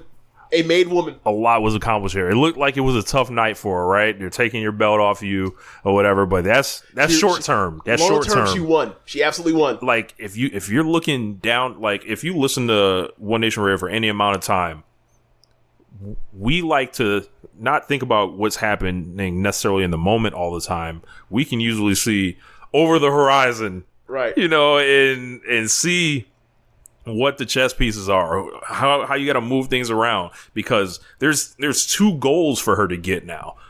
Will she get them? I guess that's the question. It should happen. Yeah, it should happen. Yeah. So next match, now on to the second match of the triple main event. They gotta stop. There's always one main event. Chris Jericho has poisoned Tony Khan. He got to Tony Khan. He told that man, I main evented Tokyo Dome. And he be listening to Chris Jericho say that, and he be like, yeah, you did, Chris. You're great, Chris. We love you, Chris. Yeah, we're gonna have we're gonna have 3 main events tonight too. There's always only one main event. What goes on the last show? I do got to give him props for like the entire thing with like making it like it's the machine. Like that was kind of funny though. You got to admit that was funny. Like it was the machine that pick went first. They insulted our intelligence. They're insulting our intelligence. The thing is that like you're enjoying the part where like they making it like it's a game of chance when it's not. That's what you're doing. You just like you like how carny it is. You enjoy the carniness of it. Like man, I imagine Jeff Jarrett was walking around with a smile. So whoever thought of that, that's such a great idea. Yeah. So we end up getting the AEW World Title match: Swerve versus Christian. And I got to say, when they played the video package, I felt the weight of the video package more in the totality of the story than I did when it was happening. It didn't feel, obviously I knew the whole storyline. I knew the whole storyline of, hey, I want the title, and also like, hey, you did this to Nick or whatever else. That was fucked up. And like, these are the sins of your past coming for you as you're now a good guy and you're walking the line. I'm still a badass, but like, I did do a lot of crazy shit on the way to get to this title, and in my mind, I thought it's justified means, but now that I'm at the top, I am a good person, so I am going to come and confront the things I've done, right? And and then, this also played into when he cut that promo saying he said, thank you to my family for all the sacrifices they made for not having a father as much as they should on my way to this. And this ain't just for me, this is for all of us. And then they, and that was set up the segue to get back to that picture from when, they smashed that picture over Nick Wayne in his gym to get to them smashing a picture of his family on the way. And like, it just hit me as far as the storyline. It was stronger. Like they tied it up. It was all that stuff was there. It just, it didn't hit me as coherently as that did. And I just slept on it. I slept on it. And that starts and like, it's Christian in his Swerve. Of course, it's a great fucking match. Yeah, man. It's Christian in his Swerve. It's the 2 best guys that when AEW started. Well, aside from Danielson, that you got to make that's a huge disclaimer. Like, hey, the AEW started. The people from WWE came over, and like these are the with Danielson the 3 best the people gold standard took it to it like a fish to water. They're AEW guys through and through. You can say, obviously the tenure and whatever else, and did they start in the first 5 years? And man, these people bleed gold and black just as much as any of these other motherfuckers that was day ones. They put in the work over the years since they first hit the ground running in this company. Yeah, I like all 3 of them. Like the match, like before, like the bell rang. I was like, man, it's been 5 years. I would have never thought 5 years later, Swerve Strickland versus Christian is going to be like the world title match, and it's just like and it's actually appropriate. Like, and it's just interesting to see like where it came from in the road that both of those guys took to kind of be in this spot. Yeah, and you throw in the part where they were a tag team in fucking Whitley. Yeah. Yeah, so like I thought the entire story was tied up like really well, like in the video package, and then the match, like it built like it was coming after the hot angle of the Mercedes stuff, so they kind of worked this like it was a big Tokyo Dome match, kind of like we got our own cool down. Yeah, So like they started off slow, a lot of just feeling each other out and stuff like that, and then it just got better and better and better and better, and then like as they start introducing the cast of characters like with Nana and then the entire family, the crowd just starts getting to another level on each side of it. And from that, like, I could tell they had them in the palm of their hand. Like, we saw like people like standing up, and then it all kind of culminates with that huge reversal of the JML driver into a pin. No, the spear into Swerve jumping in midair, with the kick. And was just like, it was like he just came across like this black whirlwind, essentially, like how fast and crisp it was. I thought this was like the perfect way to start, your title reign. Like this was on pay-per-view. Yeah. This was like, like between, what he's done with, he faced Kyle Fletcher, faced Claudio, Christian, like, he's off and running. Like, and I don't know if people are talking about it necessarily like that in those terms. I think they're trying to focus on too much of why is he not main eventing? Why is he not talking enough and all this stuff? I'm like, he is talking. He's doing why is he getting heat on him so much or whatever? And, this is a short turnaround from Dynasty to here. Yeah. You're bringing Christian Cage in, who is a 50-year-old guy. Awesome. He's great. And he's done great work, but admittedly, going into it, he is a quote-unquote weaker challenger, right? So you have to do things. You have to get him to heat on a particular week. You gotta give him the beatdowns. If this is WWE, he absolutely would have got a visual pin over Swerve. Yeah, like in the lead up, he absolutely would have, because it was a weak challenger, as you mentioned, like a weak kayfabe challenger, as you mentioned. Like the last time we saw Christian before he became number one contender was literally quitting. Him quitting to give away a title because he's going to be maimed with a spiked baseball bat. So, lays down clean. Here, and it's like, this is showing an example for others. Yeah, like this is like, showing the example for others. If this is the baseline for, what Swerve's going to look like on pay-per-view going forward, sign me the fuck up. Like, and Christian being the shining light in the sky in the dark for you to find your way home. Yeah, like and Wednesday they got the Casino Gauntlet. I have no idea who's going to win that thing. I hope it's not Sonata. We'll see. We will see. Yeah. We'll see. So we'll see. But I thought this was excellent, and I thought this was like I'm glad you brought up the point about main eventing. So at Double or Nothing historically, the world title has only closed this show once ever, right? Because of and the one time it did, it was the worst decision in the history of the promotion. But the reason why it goes on last is because of Anarchy in the Arena. Anarchy in the Arena / Stadium Stampede. Yeah, like they have a go-to match for this event now at this point. Yeah, great match. Oh, I also want to mention shout out to Darby. Was it Darby that had it? They had it in the and also Nana had it in the semi-main event. Was it Darby that had it in the main event? The Riho's pipe. Oh yeah. Shout out for y'all for the callbacks to Riho's pipe. Like, you got to make sure that her presence is felt somehow, some way. Appreciate that. Floyd Mayweather ringside. Yeah, that's you're gonna take that photo. You're gonna take that photo op. It's controversial. Yeah, you're gonna do the photo op. Yeah, you're gonna do the photo op 10 out of 10 times. If I don't like the photo op, but you're gonna do the photo op. I get it. I get it. So that's going to be They're in Vegas. MP just sent it to me right now. So it's already getting out there. So, and from there, Anarchy in the Arena. This was absolutely insane. This was like, I don't think it was like I think they had a lot of creative stunts planned for this, right? Yeah.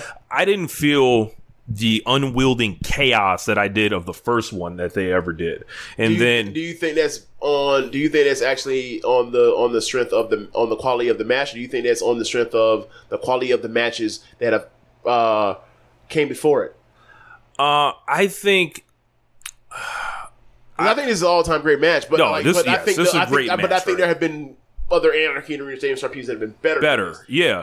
But this, I think, is all-time great match still. But this one just had you do the decision to do the car stunt with the bus. You have the flamethrower where you light some shit up. You got all the spikes on the shoes. The exploding chair. The spiked face mask. The spiked Rainmaker sleeve. Yeah. You mentioned spiked shoes. Yep. Great advertising. And then it's great advertising. Yeah. The big dives, the Meltzer driver on the chips from the stage, The brawling around the arena. Okada trying to throw fucking Danielson over the banister. Yes. Okada with Rainmaker Drive. He said Rainmaker Drive. I've almost died. Memes galore. Yeah. This was a crazy match. Was incredible. This match was hilarious. This match was dangerous. This match was shocking. Yeah, it's great. Like the TK rolling down the fucking ramp. Him walking backstage, and I immediately was like, Jack Perry chokes him. I was like, oh, he's right by Tony Khan, and he makes a face like, oh, Tony Khan's right here. I'm finna snatch this motherfucker up. Oh. It was so good. So every time Tony Khan does a bad booking decision, somebody's gonna send out him rolling down that stage. Like he done gave us that forever. That's on tape. There's so many things like TK drivers, him getting snatched up by Jungle Boy by Jack Perry. Yeah, it's all time. Anytime you fuck up, you gonna see that attached to your name, Tony. Yeah, better do right. Yeah, better do right. Better do right and kill everything. Look, incentive to get his shit correct. But when you come out that bathroom, you got to do right, not wrong. So yeah, like this is a really fun match. As far as memes, I got to mention the memes. Yeah.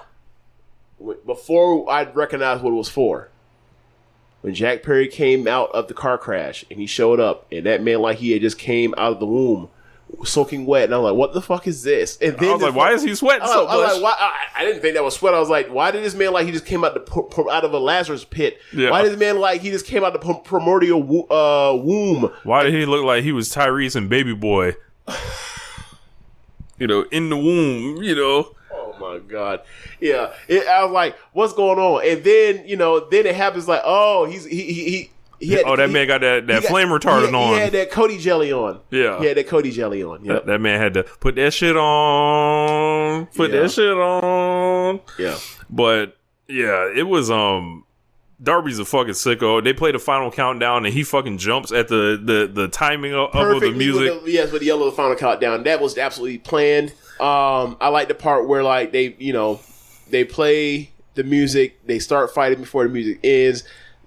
The EVP say, "Hey, play our music," and then was it Nick or Jack? Was it Nick or Matt? Or sorry, Nicholas or Matthew that said, "Hey, sing our song." Yes, but there are no words. No words. It's instrumental. Yeah, hilarious. Jackasses. Danielson gets the mic and said, "No, play my theme music." And they said, "Hey," and they play Final Countdown. Then Matthew gets the mic and says, "Cut this shit off. This costing us $200,000 to do this." And I'm just like, bro, they're not replaying this again. They're playing this one time only. They cutting this shit off. They're not running this back. This shit, I forgot how much it costs. It's $100,000 to do this. It's worth it for this match. But like, just great, great touches. They should have played Not Like Us. Yes, and Rich mentioned this as like because there are no copyright claims on this. Kendrick has made this a fair use? Yeah. Fair use. So, like, they could have played Not Like Us. And it would have been great given, like, some of this online discussion with videos, online with content creators, as far as AEW and WWE, for them to play Not Like Us. And look, man, well, I'd have jumped off the couch if they played that shit. Man, but they was out there talking about freaky ass niggas day at 69. I mean, I'm sure somebody would have been like, why are they playing this? This is a bunch of white guys wrestling. Oh yeah, they would have done that. Should have been a thing. I mean, but hey, I would have had a blast. I would have enjoyed it. Yeah, been hilarious. Yeah, it's one of the funniest diss records of all time. Freak ass nigga, you a 69 god. Freak ass nigga to say their ass inside. Yeah. But yeah, sensational match. FTR showed up in the pants. Pants FTR. I think I'm in favor of pants FTR. Let's see it. Look, man, let them try for a couple months. You've always had this curiosity of seeing people in their street, in their plunder match gear. To see Danielson back in the khakis is hilarious. Said that man looked like a cop. That shit was funny. I said that? Yeah. He said that man wearing the company shirt. He looked. Oh, yes. He's wearing an AEW shirt. I was like, look at this man. That man like a narc out there. He like a cop. Yeah. That was cop wear. He wearing the promotion shirt. Don't do that. Obviously, that ties along with the promos he said leading up to. He's like, I'm on Team AEW because I love AEW. Mm-hmm. He loves so much to wear that mark or wear that brand shirt. Even I don't have a brand shirt. I don't. We don't do brand shirts here. You know that. Yeah. We don't do that. Yeah. We don't do it because it's like, hey man, it's like wearing a WWE shirt, like just the logo. Yeah. I ain't doing that. Only One Nation Radio. If y'all want to put that on, that's what you do. But yeah, this was Now I'm sure someone's gonna go for like this, like 1 or 2 times I wore like the Stardom shirt I bought. It just said Stardom on it. Yeah, I'm sure. Yeah, I'm sure. Yeah, I also got a Blade shirt too. Yeah, for like the 2003 tour. That's different. Them promotions actually need your money to stay in business. You know, these fucking. If I see somebody else out here with a blank logo WWE shirt, I'm slapping them. I'm just putting. Well, I'm putting out the like. I have done that. Yeah.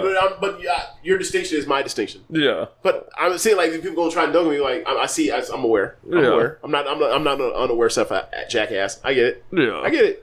Yeah. My distinction's different than yours. OV ho. You know. But yeah, like overall, like the last four matches, like just regardless of whatever you felt about what was going on in the undercard, regardless of whether you liked it or didn't like it, or whatever else, the last 4 things are so undeniable that it's like, you know, you have a problem with Malachi, whatever else, I get that, but it's still a great match. And then you have the other 3, like that closing 4 is like what we want. How we've always wanted AEW pay-per-views to be booked. Like, put the best stuff you're going to have or the biggest stuff, you put it in order and you have them compete against each other, and then you close your night out on a special way. There's no downtime. We going to end on a high note on a killer last 2 hours, or 2 hours and a half, whatever the fuck. But that was killer. That was great. And people are going to remember this show because of that last 4. In a way, in that angle with Mercedes in Statlander, and the MJF. That, like, if you had just split these up and all of them have to carry one particular hour of the show, you don't feel that in that way, in that particular swing of just like a wave of like greatness. See, it's one of the greatest, you know, last 90 minutes, 2 hours of AEW pay-per-view ever. Yeah, and think of what that means when you say that. And like, you know, last show was AEW Dynasty, and the one before that was Revolution, and Revolution one of the great shows of all time. So it's like we're back at the part and, you know, the regular cycle of analyzing this company where, you know, everything, you know, the company died a couple weeks ago, right? And then it was resurrected on the pay-per-view after one of the greatest shows of all time, blah, blah, blah.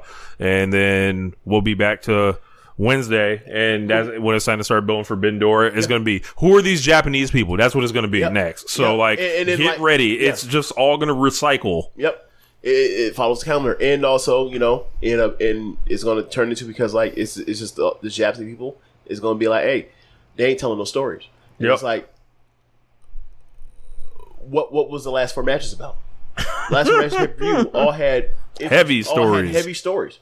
For this company that we say that people like to claim to have stories, we went over all that stuff. Mercedes, Willow, Statlander, Stokely, Nick Wayne, Swerve, Christian, the Team AEW with FTR and the Young Bucks and Danielson and Darby and Jack Perry and Nick Khan and not Khan, but Tony Khan and the Young Bucks and Okada. Like, and Swerve, like, bro, and Christian, not Christian, but Copeland and Malachi and Gangrel. Those stories. Yeah. Those stories. And then even, like, you know, those are not, and most of them are very well told, rich stories. Yeah. So, like, you know, people gonna say what they say, but I think this company should be praised more. Ignore the lies. Ignore the ignorance. Yes. Ignore the lies. Yeah. It's you know, I always have this phrase where sometimes I say it's not that people don't get it; it's that they don't want to get it. Right. There's a lot of that. I think don't let obtuse people break you or irritate you that way. Just come off. And I think, like, a lot of people need to hear that, because, like, what becomes the dominant prevailing narrative about this company is, like, you know, whether it's ratings day, whether it's just fucking segment to segment, like, there's no kind of freedom essentially for this company to operate. But, like, nights like the pay-per-views are their freedom essentially. And, like, these are the nights like that, or it's like, yeah, man, I'm really happy I watch and put time into this and covering it like that, because, like, it's just like, these are the payoffs, these are the good moments. Right. But anything else you want to? Yes. We need to at least talk about one of these other topics. We need to talk about the WWE Civil War that's brewing. Okay. So I feel this is the most under-discussed thing in wrestling because I don't know why people aren't noticing this more. But everything that's been happening between Dwayne Johnson, Brian Gewirtz, Paul Levesque, Cody Rhodes, Roman Reigns, and Paul Heyman. These people are all dividing up and slowly picking sides. And the finish of WrestleMania, the matches that were made at WrestleMania and changed to, the people who won on both nights. And this writer, Brian Gewirtz, who keeps saying weird things in the media to redrudge and bring this shit up. There is something that stinks going on. It reeks of like Dwayne Johnson. People are making power grabs, and they're different parties. And Cody's gonna have to pick a side. And I think he's already picked a side. It's like, do you feel that? Do you think so or no? Or do you think he's at a point where like he can still get out if he need to? I think he's gonna just try to play both or whatever. I mean, if he could, I would. But I think he's kind of in one camp already. I think like Brian Gewirtz like keeps opening his mouth, indicating us when no one's even asked him. Like he's going on Busted Open Radio saying this stuff, and it's like, bro, why are you exposing family secrets? Why are you trying to relitigate something that seems so well received? Be like, oh, actually, that was not the plan. We don't think it was good for Cody to win the Royal Rumble and all this other stuff. And it's like, hold on, like, Dwayne, it is just from the Dwayne Johnson camp of like, we should have just did it my way and all this stuff. And it's like, you're crying about it in the media, and I'm like hearing the stories. Roman Reigns, Paul Heyman are adamant that Cody win the belt, that Dwayne not get the match. So what does Dwayne get to do? He gets to pin Cody Rhodes, right, and set himself up down the road, because Dwayne Johnson always gets it back somehow, right? Like, he's always known when to give and when to take. Ironically, like kind of a we were talking about Malachi Black earlier, essentially not understanding that same concept, right? But in Dwayne Johnson's case, he is the Office, and he's always going to get what he wants at this point. So even if it looks like he temporarily gave in this time, what do you think is waiting for you? Especially like, these people have been in competition with each other for 25 years between Paul Levesque and Dwayne Johnson, and one guy has all the cards, seemingly. And I think the other guy is trying to run a public campaign to prove his indisposability. Like, he can't be disposed of, quote unquote, because the fans will not take well to it. Like, he's showing himself more on camera than ever. He's designed a WrestleMania weekend to be held in honor and praise of the great and powerful, all-knowing Paul Levesque. Call him out at the end of the WrestleMania main event, and not Cody Rhodes' fucking wife, who was dealing with serious health problems and shit. Know that. She okay? Yeah, she's okay now or whatever, because she ended up getting surgery. I had no idea it was Brandy. It was something on Brandy. Yeah. Obviously, I have issues with like, how she handled wrestling, but like, I don't want her to be ill. Yeah. Not a monster. Yeah. So like, it was like this whole thing, and of course, taking pictures of yourself saying books you're going to read when you haven't read the lawsuit. Like, there are a lot of things that with this thing that I'm starting to pay attention to. That's interesting, given the conversation we had earlier today about people reading lawsuits. It's interesting. That's really interesting. Yeah. I don't think you really wanted to read that lawsuit, brother. Yeah. Like, I think there's nasty shit happening here. I really don't think you want to read about how your wife was corporate officer number 3, brother. Yeah. Yeah. And I it's just something to pay attention to, because Brian Gewirtz is known to be with Dwayne Johnson. He worked for his production company and left WWE to do it, and came back with him, essentially. Yep. Where does Roman Reigns fall in all this? And then that's his quote-unquote family, but maybe not really. Maybe, a lot of other shit going on here. He playing it how it goes, too. Yeah. So, I think there was extra motivation for The Rock to come in and wipe the floor with them both in the build. And I think you got to view all this stuff through an entire different lens than everyone was just working together to make it the best. These people were working against each other in high shark in the water type situations. Like when he talks about Cody Rhodes making that face, and basically Cody knows what he's doing by making that face, right? But the thing, and I think Cody was not. Look, if I'm Cody Rhodes, I do the same thing he did. Well, my thing is this: how is the human that wins the Royal Rumble has the shot for the title, but then hands it over to somebody's cousin for no good reason that's explainable, supposed to react other than it's bittersweet, but I'm doing the right thing for the company / my counsel that I said I took. What other reaction are you supposed to take as a competitor? And then he's referencing, he actually regardless of if he wasn't supposed to do it or not, he made the right facial reaction for someone that literally gave up their golden ticket. You're supposed to feel bittersweet or feel like you left something on the table here. Like you left opportunity at the table, and you may not be happy about it, but you're doing something that you know is quote unquote, or you feel is right at the time. That was the right face you're supposed to make. So that's the thing that gets me of why in the fuck would you tell us this? Because you're saying that your storyline was so shitty that the person that you had make or do this said that no, I can't do this because it's a shitty storyline. I can't react the way you want me to react because it makes you're killing their top babyface in your promotion, dummy. Yep, and they're bringing up it's supposed to look like the Nixon and Kennedy debates. That was 50 years ago. What are we? In the idea of the Nixon Kennedy debates is that if you heard them on the radio, you thought Nixon won. If you watched them and saw this flop sweat coming from Nixon's face, you thought Kennedy won. So that means Kennedy won. You fucking morons. Last time I checked, they were broadcasting this on national television, James.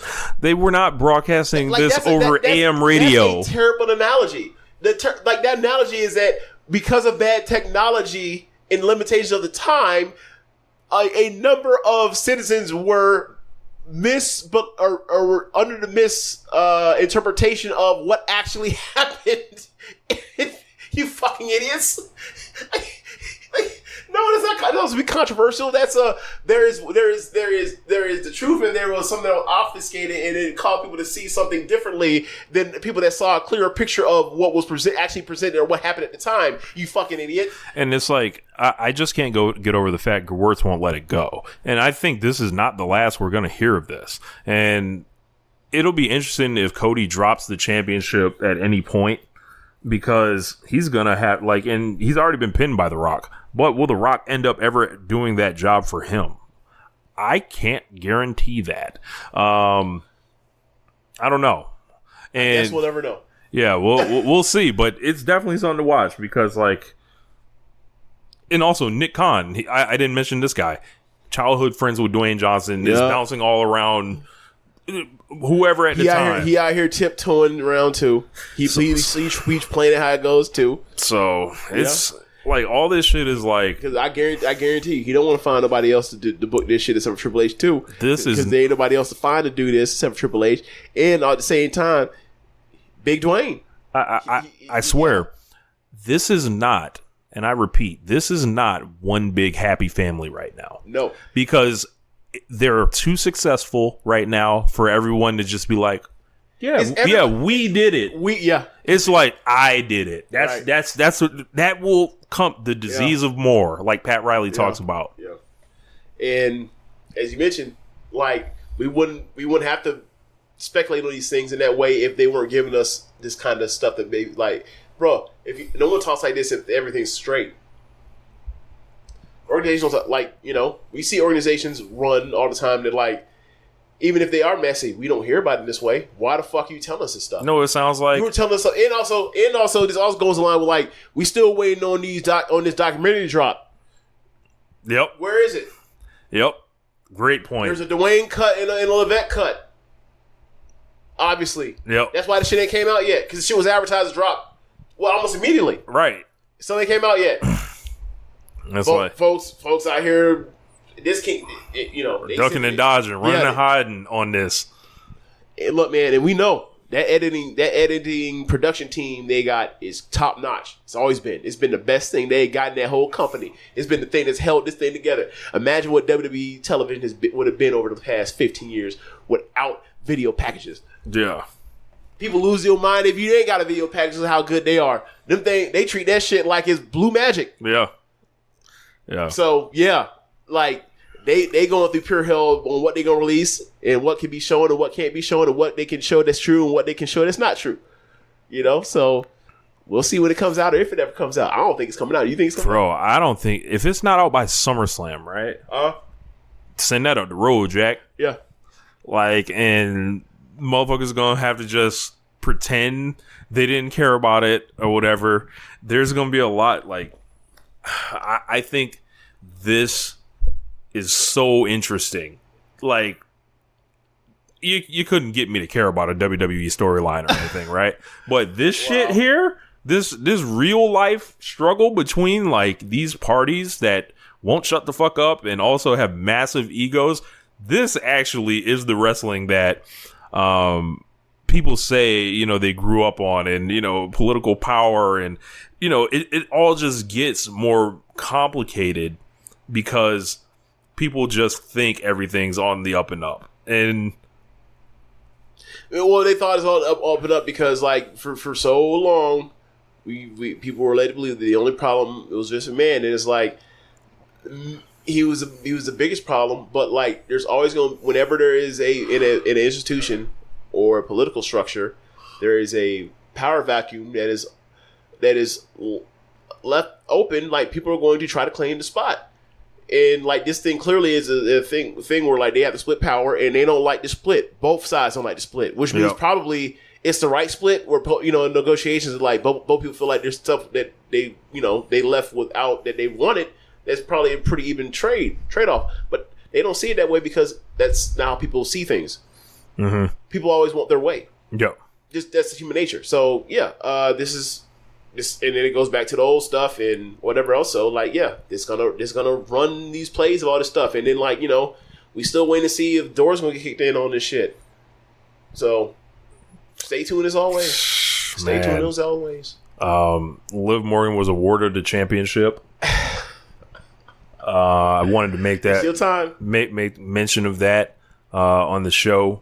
I didn't want anybody to think that I didn't see what happened. Of course I didn't watch. It was Saudi Arabia. So they sent her all the way over there for one. So we're going to go through the levels of did Liv Morgan win or not? So they put her on the plane to Saudi Arabia and made her take them pictures on that beach.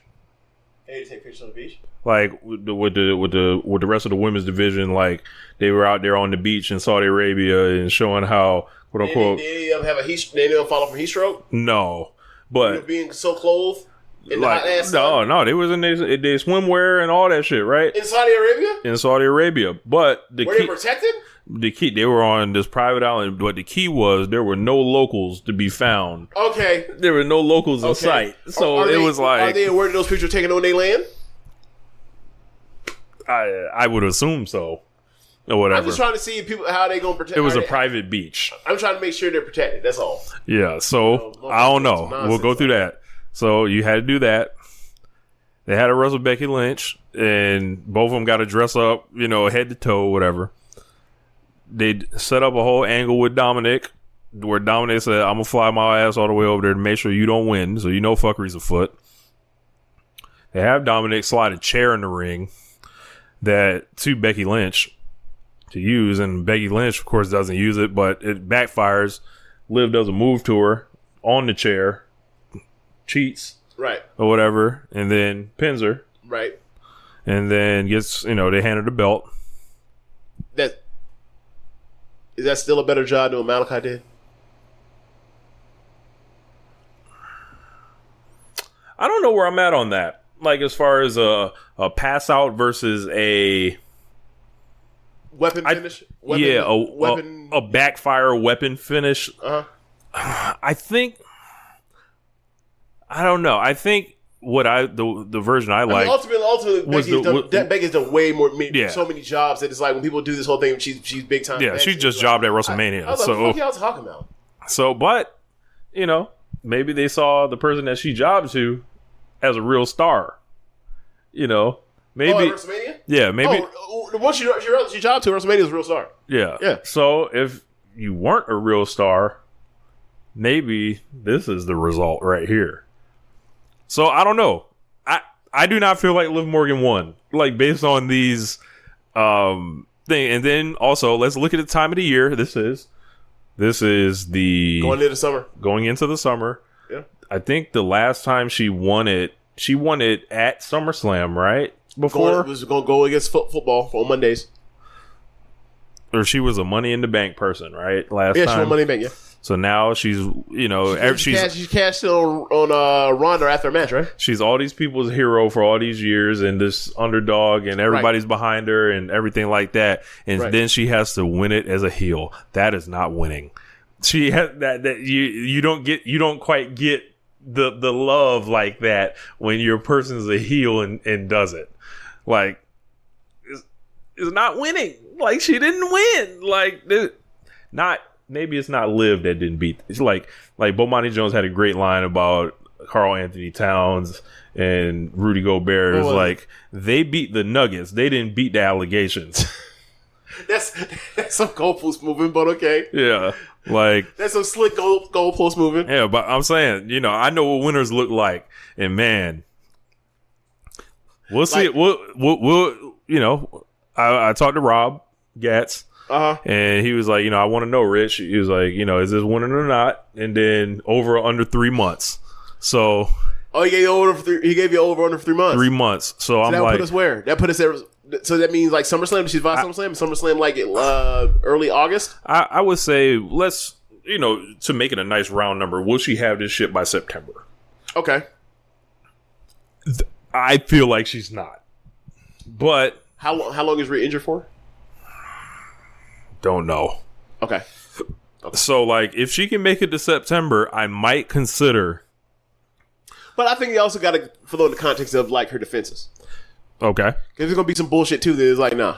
Yeah, because it seems like whatever's gonna happen, there's gonna be bullshit afoot. There's not gonna be clean wins. There's not gonna be also and she's a woman in Triple H's WWE. What I was gonna say is this.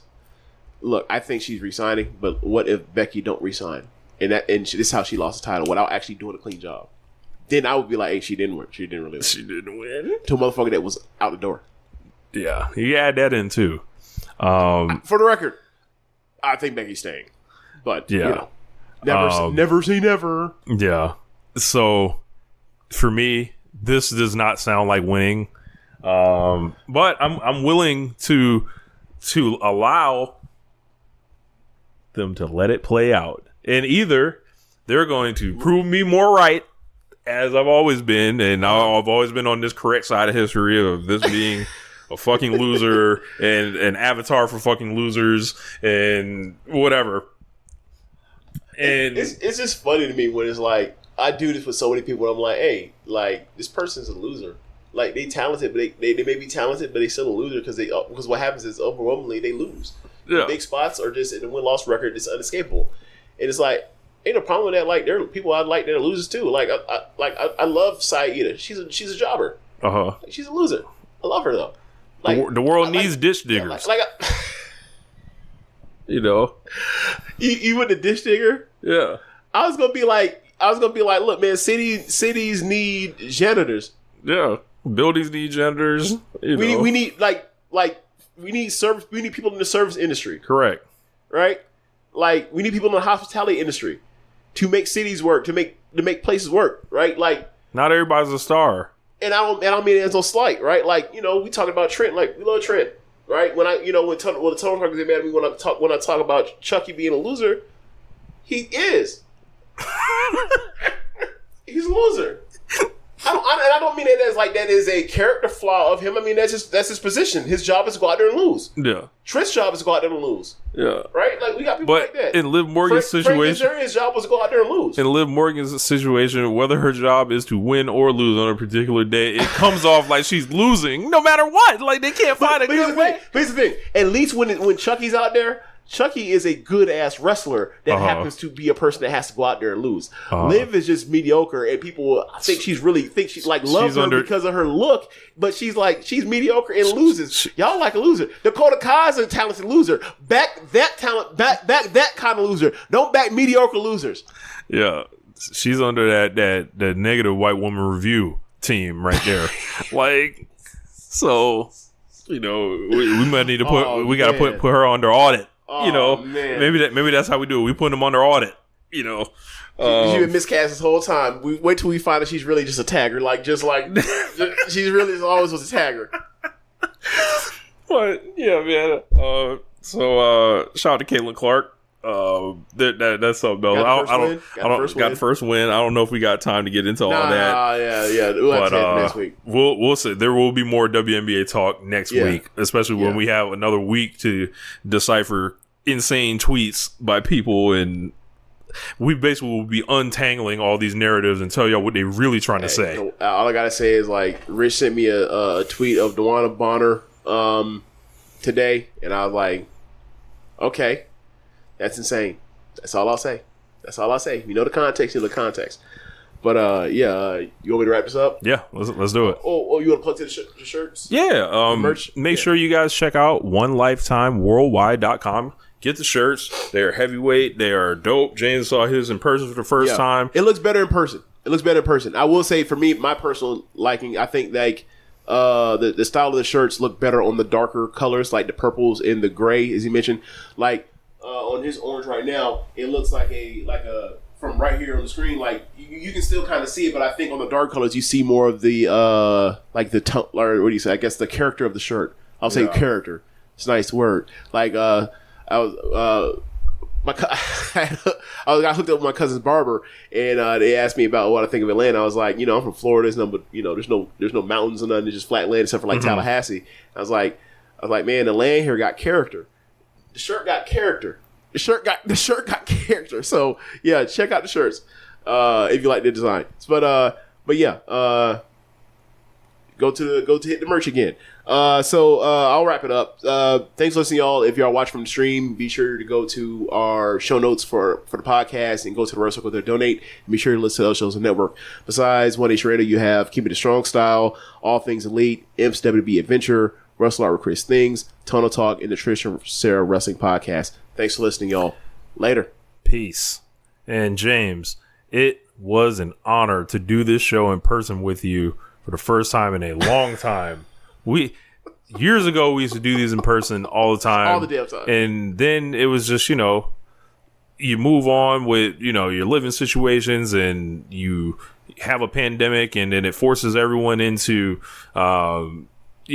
remote broadcasting and stuff like that, which actually I think was beneficial for the show and all that. But if I had the choice to do it the way we do it every week or do it like this, I do it like this 100 times out of 100. So this is like the on live stream, you add into the recruiting pitch that's been going on all weekend. Absolutely. And every time I come up here, you add to the recruiting pitch. Absolutely. I see. I see. You see the play. Hey, look, I will say this. I appreciate it. But I'm gonna tell you, at the end of the day, when I come up here, and I see the number of fine black women up here that just that I was seeing in a just 5 minute span that I might see in I don't know, a month where we at, I'd be like, every time I come over here, I'd be like, in my mind, I'd be like, hey, I'm coming up here. I'm moving up here. And then I get home, I'm like, hey man, that's the vacation. That is the triple way talking. That is triple way talking. And then I come back up here, the same goddamn thing. So yeah, man, the official visit the official visit where I'm committed. You have a not a solid. You got a verbal. Yeah, you don't have the verbal commitment. You have some version of a commitment. I don't know how it is. We got to work on the NIL. But you got to work. We got to work on the NIL deal. You know, we got to make sure we got we got a job set up for my dog. Don't do me like Florida did Jada and Rashada. Don't do me like that. Where I got to end up suing y'all for $13 million 2 years later. Don't do that. Don't do that. But yeah, man, it's Lord. Anyway, but like I said, black woman reviews, not white woman reviews. So we're going to show that one. Let's do it. Black woman reviews. Later, y'all. Peace.